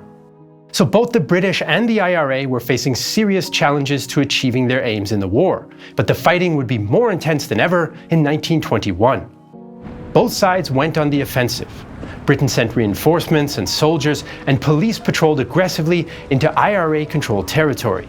The IRA also adapted, with better training and replacing the flying columns with smaller active service units. The Dáil also took responsibility for the IRA to smooth tensions and improve ammunition and weapons procurement. At first, the spike in violence in 1921 led to British success. Several IRA raids went badly, and at Clonmelt, the British killed 8 and arrested 12. Police and soldiers also seized IRA weapons, leading to a critical shortage. But politically, the violence still benefited the Republican cause. In March, they planned an ambush to kill British Lieutenant General Strickland. 70 IRA men under Sean Moylan and Paddy O'Brien attacked the British convoy with mines and machine guns.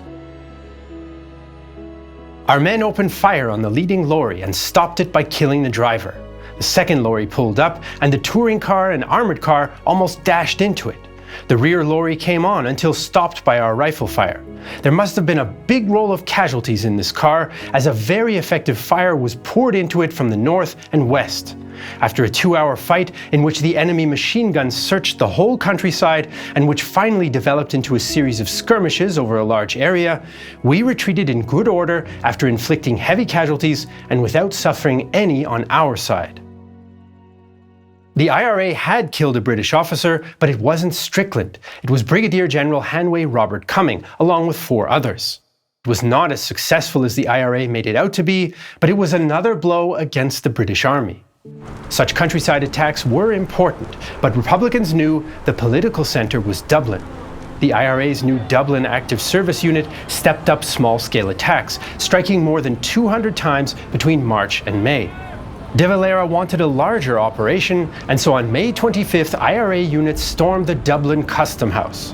120 IRA men set the building on fire, but auxiliaries in an armoured car arrived, killing 6 IRA men and forcing 80 to surrender.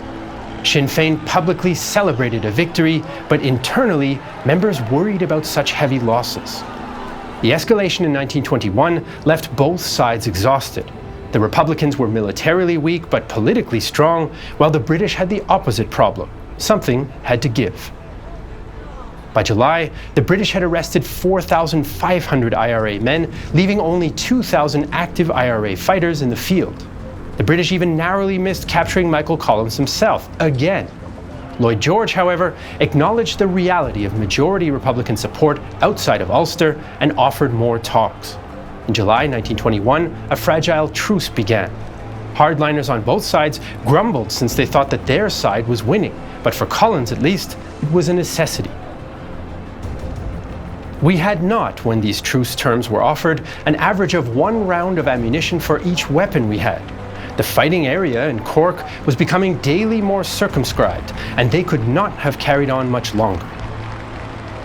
London wanted an autonomous Ireland to remain part of the empire.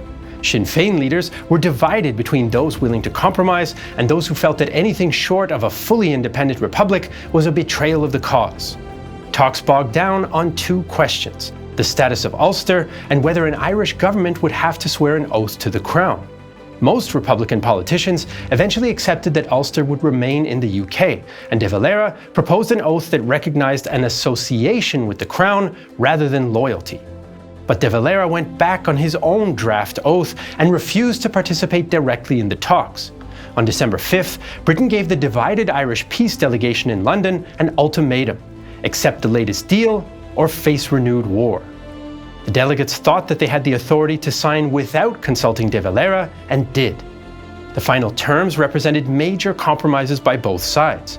An Irish Free State would have its own parliament for domestic affairs, enjoy financial independence, and have its own small military. British troops would leave the country, except for 6 of the 9 counties in Ulster, which chose to remain in the UK. The Irish Free State was still a part of the British Empire, and the Parliament had to swear an oath to the crown. The Irish War of Independence took the lives of around 260 British soldiers, 360 police, 550 IRA fighters, and 200 civilians. But the peace caused a political crisis in the Free State. De Valera and other hardliners bitterly opposed the treaty, and Republicans split into pro- and anti-treaty factions. Just before the Dáil ratified the treaty in January 1922, De Valera made an ominous prediction. If the treaty was accepted, the fight for freedom would still go on, and the Irish people, instead of fighting foreign soldiers, would have to fight the Irish soldiers of an Irish government set up by Irishmen. They would have to wade through Irish blood, through the blood of the soldiers of the Irish government, and through perhaps the blood of some of the members of the government, in order to get Irish freedom. Ireland had just won partial independence, but the Irish Free State was on the brink of civil war. Irish political and military leadership was now bitterly split into 2 factions. The anti-treatyists rejected the deal and were led by Eamon de Valera, who'd resigned as president after Parliament narrowly approved the treaty.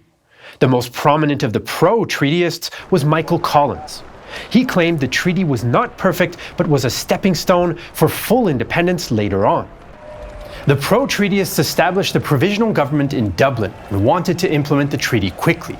They claimed that they had overwhelming public support, and although anti-treaty politicians blocked a plebiscite on the issue, 24 of 26 Southern Irish city councils did pass resolutions in favour of the treaty. Sinn Féin founder Arthur Griffith now became president, and Collins chairman of the provisional government. The anti-treatyists, led by De Valera, refused to accept the new government, claiming it had no authority to disestablish the republic that had been announced in the 1916 Easter Rising. The IRA also split into pro- and anti-treaty factions. Much of the experienced leadership of the General Headquarters supported the treaty, but they had limited control of IRA units in the field. Of the 16 IRA commands in Ireland, only 5 wholly or largely supported the treaty. The southwestern region of Munster soon became the anti-treaty heartland. Tensions were increasing, and violence between rival groups was barely avoided in February 1922. The split in the IRA was further exacerbated when the provisional government created an official armed forces, the National Army. The army was based on the British model of a conventional force, and the pro-treatyists attempted to portray it as the successor of the IRA. In March, the anti-treaty forces held a series of banned IRA conventions and formed a new army executive separate from the National Army. With about 2/3 of IRA brigades represented, the executive claimed it would no longer answer to Dublin. The new group elected 1st Southern Division Commander Liam Lynch as its leader. That's not to say all IRA cooperation stopped. Anti- and pro-treaty leaders, including Lynch and Collins, continued to work together in the partitioned Northeast as late as April 1922. Both factions did make plans for a united offensive against British control, but they were never acted upon.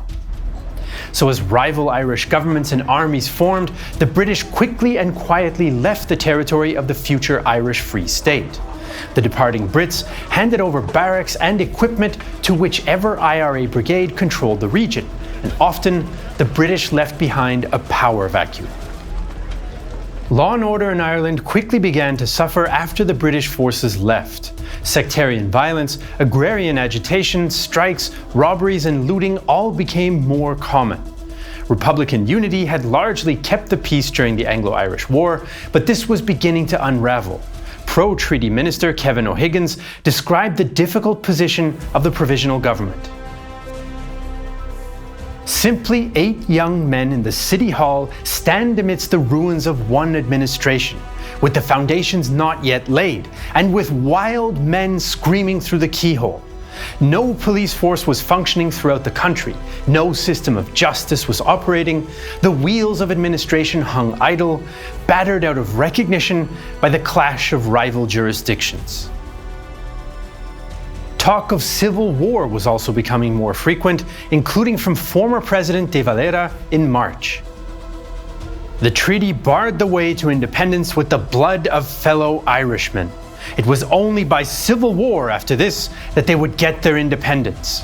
If you don't fight today, you will fight tomorrow. And I say, when you are in a good fighting position, then fight on. Some members of the IRA executive, led by Rory O'Connor, decided to act while the provisional government was weak. On April 14th, around 180 men of the Dublin No. 1 Brigade occupied the Four Courts in Dublin, the nation's most important judiciary building. Clearly reminiscent of the Easter Rising in 1916, the move was designed to undermine the authority of pro-treatyists in their capital, and perhaps provoke British reaction, which could potentially reunite the IRA against their mutual enemy. At the same time, though, De Valera and Collins were attempting to reconcile. Both suggested putting forward a unified Sinn Féin in the coming election in June, but the plans soon broke down amid suspicion from both sides. The British claimed it was tantamount to refuting the treaty.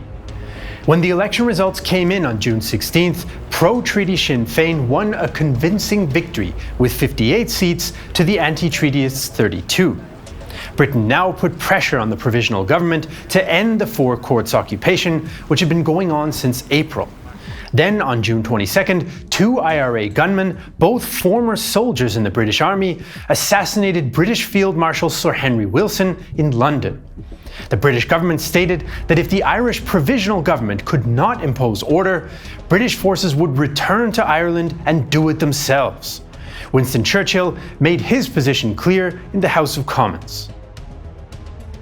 The presence in Dublin of a band of men styling themselves the headquarters of the Republican executive is a gross breach and defiance of the treaty.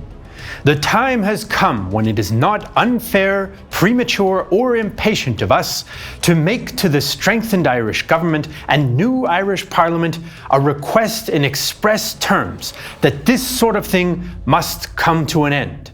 If it does not, then we shall regard the treaty as having been formally violated. With the British gone but threatening to return, and the Four Courts still occupied by anti-treatyists, the Irish Provisional Government's new National Army issued an ultimatum on June 28, 1922. If the occupiers wouldn't leave, the army would open fire. During their 2-month occupation, the IRA had done little to fortify the Four Courts building or develop defences, partly out of a desire not to provoke the National Army. There were also no plans to assist the garrison if it was attacked, and they didn't occupy the surrounding buildings either. IRA leader Ernie O'Malley estimated he needed 70 more men to fully defend the large building. Still, the IRA were armed with rifles, automatic weapons, mines, and the Mutineer, a Rolls-Royce armoured car. In the early hours of June 28th, Major General Emmett Dalton of the National Army issued an ultimatum to the Four Courts occupiers: surrender or face bombardment from his British-supplied 18-pounder field gun. The IRA refused, and so at 4:30 a.m., after a misfire reportedly rectified by a kick, the National Army fired the first shells at the Four Courts. The Irish Civil War had begun. As the bombardment started, National Army troops cordoned off the area and probed closer, but their inexperience began to show. They were reluctant to assault the building, and British General Neville Macready suggested that the artillery was more useful as a morale booster than an actual weapon. I agreed to send Dalton 50 rounds of shrapnel, which was all we had left, simply to make a noise through the night, as he was afraid that if the guns stopped firing, his men would get disheartened and clear off.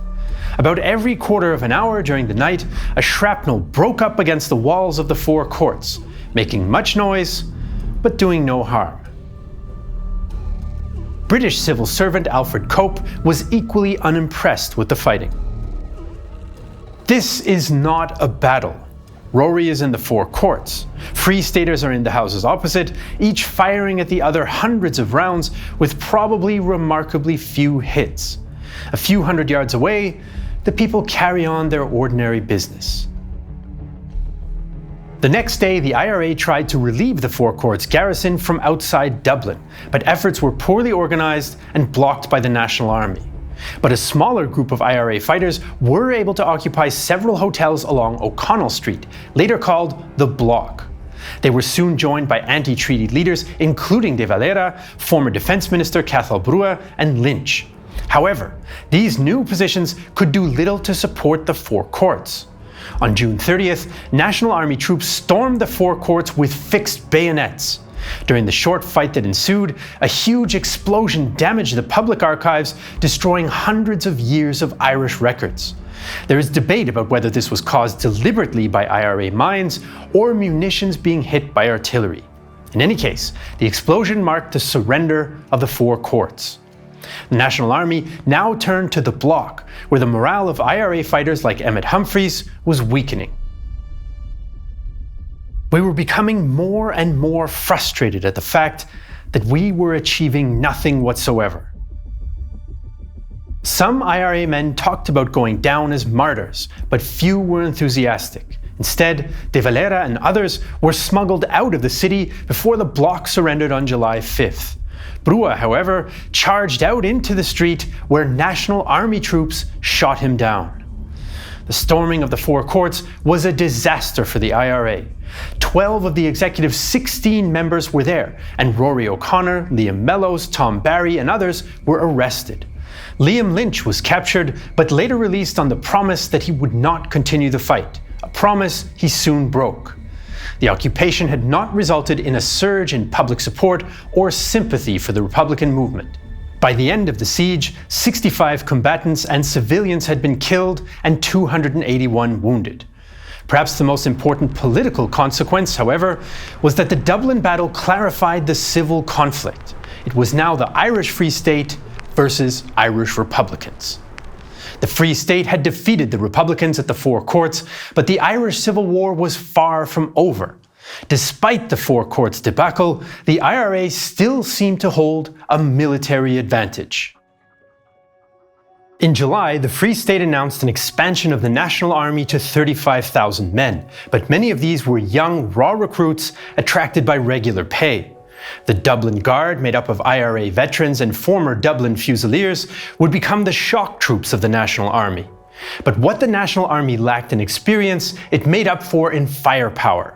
Britain provided the Free State Army with rifles, Lewis guns, revolvers, grenades, machine guns, artillery, trucks, armoured cars, and even aircraft. The Free State government also instructed the media to reinforce it as the legitimate government of Ireland. The army must always be referred to as the Irish Army, the National Army, National Troops, or simply Troops. The IRA irregular forces must not be referred to as the executive forces, nor described as forces or troops. They are to be called bands or bodies. The Free State estimated around 12,900 IRA fighters were still active, especially in the southwest. Many of these were veterans of the Anglo-Irish War, although their quality had been diluted by new arrivals following the truce, and they only had one rifle for every 2 men. Nonetheless, 3/4 of the country could be considered anti-treaty territory, and the largest and most experienced IRA divisions, the 1st and 2nd Southern, were strongly anti-treaty. Given IRA weakness, Lynch ordered his units back to their home turf to take over pro-treaty barracks and towns. But some IRA leaders, like Seamus Robinson, told Lynch he was being too cautious. Liam, it's absurd to stay in your own areas, for they'll take you piecemeal. In reality, there was little central control over IRA forces. In July, the National Army began to advance to prevent a rival government from forming in Munster. The IRA abandoned County Wexford, and Lynch tried to form a defensive line running from Limerick to Waterford.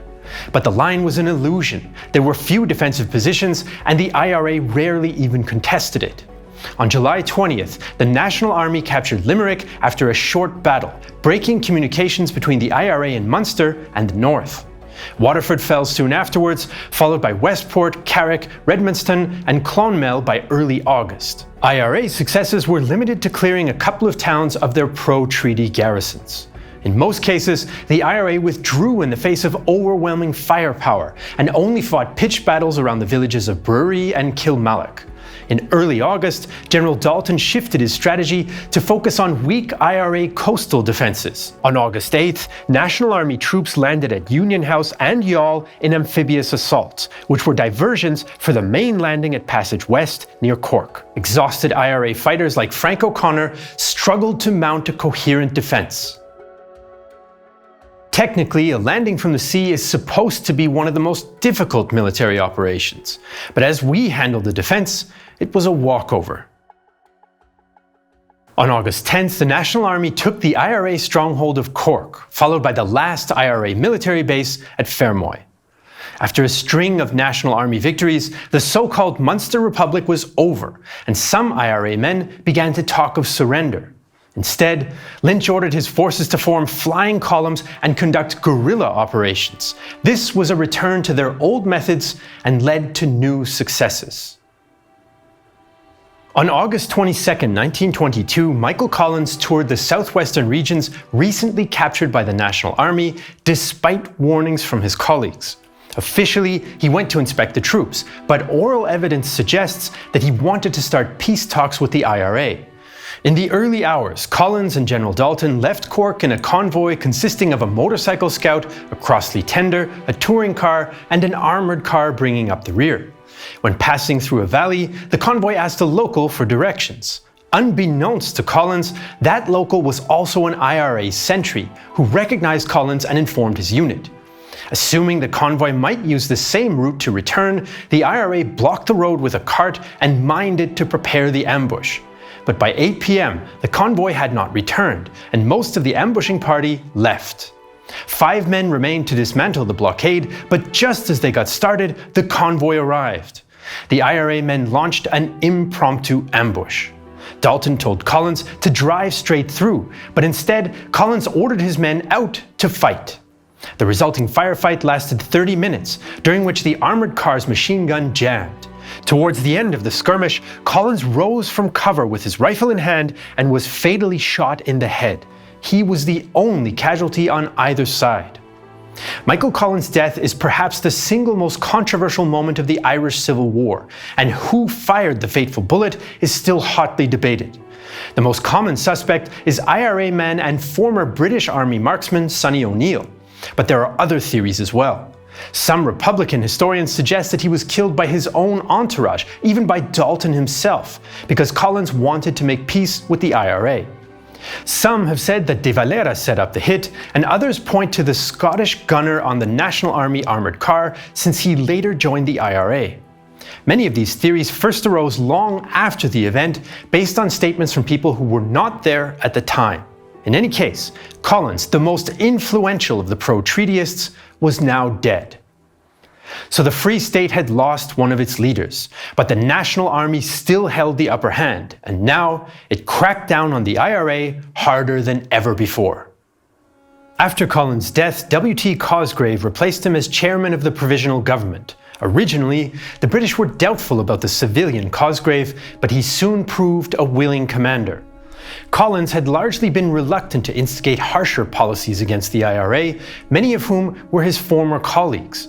Cosgrave, however, would have few such reservations. From August, the war began to resemble the Anglo-Irish conflict that had come before it, a reality that General Dalton recognized. The IRA have now adopted a type of warfare of which they have years of experience. They now operate over territory which they know. They are now better armed and better trained than when they were against the British. In short, they have placed me and my troops in the same position as the British were a little over a year ago. In August alone, the National Army lost 58 men in IRA ambushes, and it now became harder to strike back at IRA groups. As the war began to resemble an insurgency, National Army troops became frustrated. Often the IRA would fire the first volleys in an attack, kill or wound soldiers, and then immediately surrender before the National Army could fire back. In such circumstances, commanders reported it was hard to prevent their troops executing prisoners. Pressure mounted on Cosgrave to allow the official execution of captured fighters as a deterrent to such tactics. The result in October was the Army Special Powers Resolution. It allowed the military to establish special courts to try suspected IRA fighters and execute them if necessary. Commander-in-Chief Richard Mulcahy had a blunt message for the Irish Parliament. Life must be taken if necessary, and it is the responsibility of the government to say that it must be taken. Even the Catholic Church lent their support to the Free State. Captured IRA fighters were to be denied communion, and an official pastoral statement made the Church position clear. The guerrilla warfare now being carried on by the irregulars is without moral sanction, and therefore the killing of national soldiers in the course of it is murder before God. In response, Lynch ordered the assassination of all parliamentarians who voted for the resolution, but the attacks were immediately answered by the firing squad. In November, the first executions based on the resolution were carried out. Eventually, high-ranking Republican figures like Rory O'Connor, Liam Mellows, and Erskine Childers were executed, supposedly in response to IRA attacks. The brutal government policy seemed to work, since Lynch abandoned his assassination attempts in December. The government resolution allowed for official reprisals, which also became increasingly common. The Dublin Guard gained a grisly reputation in Kerry for its brutality, including executing IRA prisoners with mines. However, unlike British reprisals in the Anglo-Irish War, the National Army usually directed their attacks against specific individuals and not entire communities. The IRA's guerrilla campaign in late 1922 began to flounder in the face of government executions, and the Republican cause was in trouble. By early 1923, IRA morale had plummeted and men were already disbanding and returning home. Politically as well, the anti-treaty side was in tatters. De Valera was increasingly sidelined by military leaders and failed to form a viable political alternative to the Free State. Meanwhile, as the National Army shifted to cordon and search operations, more IRA fighters and leaders were arrested or killed. On April 10th, National Army troops fatally wounded Liam Lynch himself in County Waterford. By the time of his death, 12,000 IRA fighters were in custody. Lynch's replacement, Frank Aiken, understood that the struggle was now over. On May 24, 1923, he ordered all remaining Republican units to ditch their weapons and go home. De Valera's joint statement suggested future operations might be possible, but in reality, the Irish Civil War was over. Further struggle on your part would now be in vain, and the continuance of the struggle in arms is unwise in the national interest. Military victory must be allowed to rest for the moment with those who have destroyed the Republic. By the end of the fighting, about 750 pro-treaty troops had been killed, along with a similar number of anti-treatyists, at least 78 of whom were executed by the Free State. It's likely that more people died in the Irish Civil War than the War of Independence that preceded it. So why did the IRA, who seemed so effective against the British, fail against the National Army barely a year later? Historians have suggested several reasons. Firstly, the IRA, a mostly irregular formation, was unsuited to position warfare or defensive battles. Liam Lynch's decision not to push on Dublin has been criticised, as it gave the provisional government time to breathe, receive British support, and take out isolated IRA brigades. Many National Army officers were former IRA men themselves, so they understood IRA tactics and even knew the locations of safe houses and weapons caches. The Four Courts occupation has also been highlighted as naive, wasteful, and poorly executed. Even at the time, IRA commanders were criticized for acting like common soldiers, with many being captured as a result. But perhaps the most critical issue for the IRA was a lack of public support. The Four Courts occupation did not get the sympathy of the Easter Rising of 1916, and throughout the Civil War, IRA commanders complained of local hostility in some regions. Anti-treaty leader Harry Boland admitted that the population was against them. There is no doubt that the people, in the main, is against us at present, believing that we are to blame for the present state of affairs. Some of the public opposition to the IRA was based on the dire economic situation. Many of the anti-treaty regions were those most economically damaged by the Anglo-Irish War, and IRA activities and the need to raise finances limited economic recovery. IRA attacks on railways in particular earned public scorn. For a sizable portion of the public, the Free State seemed to be the only institution capable of providing security, peace, and economic recovery after years of conflict. The IRA was no longer the face of popular rebellion, and although attritional guerrilla tactics worked against a perceived foreign occupier, they were much less effective against a government largely seen as legitimate. But the end of the Civil War was not the end of violence, especially in the partitioned North. Sectarian violence and assassinations would continue, even after Ireland gained full independence from Britain in 1937. In the 1960s, rival paramilitary organizations, some of whom claimed continuation from the IRA, would engage in a 30-year conflict in Northern Ireland simply called the Troubles. Only in 1998, after nearly a century of violence, the Good Friday and Belfast agreements brought peace to Ireland that has lasted for more than 20 years. The wars in Hungary, the Polish borderlands, Asia Minor, and Ireland were not the only armed struggles that overwhelmed attempts at peace after World War I. There was also a civil war in Finland, the Polish-Ukrainian War, the Baltic Wars of Independence, the Ukrainian-Soviet conflict, the violence between Germans and Poles in Posen and Upper Silesia, the Austrian-Yugoslav conflict in Carinthia, multiple clashes in the Caucasus, and of course the biggest of them all, the Russian Civil War. The regional wars that followed the Great War were small by comparison. Winston Churchill famously called them the Wars of the Pygmies. But their impact was much bigger than the scale of the fighting. Millions suffered and died, and the political and military aftermath set the stage for grievances and ambitions that would help shape the Second World War 20 years later. Amidst the turmoil of 1918, the Ceausescu family welcomed their third child, Nicolae. While communist revolutions like in Hungary, Slovakia, or Germany failed in 1919, the Bolsheviks won the Russian Civil War, and young Nicolae Ceausescu became a member of the Romanian Communist Party in the 1930s. During and after the Second World War, he rose through the ranks and eventually became one of the most notorious communist leaders in Europe. If you want to learn more about Ceausescu and his rule, check out the new series Mad Kings by Real Life Lore. And where can you watch Mad Kings? On Nebula, a streaming service we're building with other creators where you don't need to sift through a deluge of AI slop. Nebula is made and curated by humans, and it's available in 4K resolution on your browser, on your smartphone, smart TV, or streaming box like Apple TV or Roku. And that's not all. On Nebula, you can also watch all our regular videos ad-free and earlier than on YouTube. And all that for just $36 for an entire year if you go to nebula.tv/realtimehistory. Right now, you can also get the Nebula Lifetime membership. Pay once and get access to everything Nebula has to offer for as long as you and Nebula exist.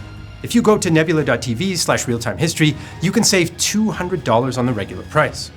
The Lifetime membership allows us to invest in more original content and improve the platform for everyone.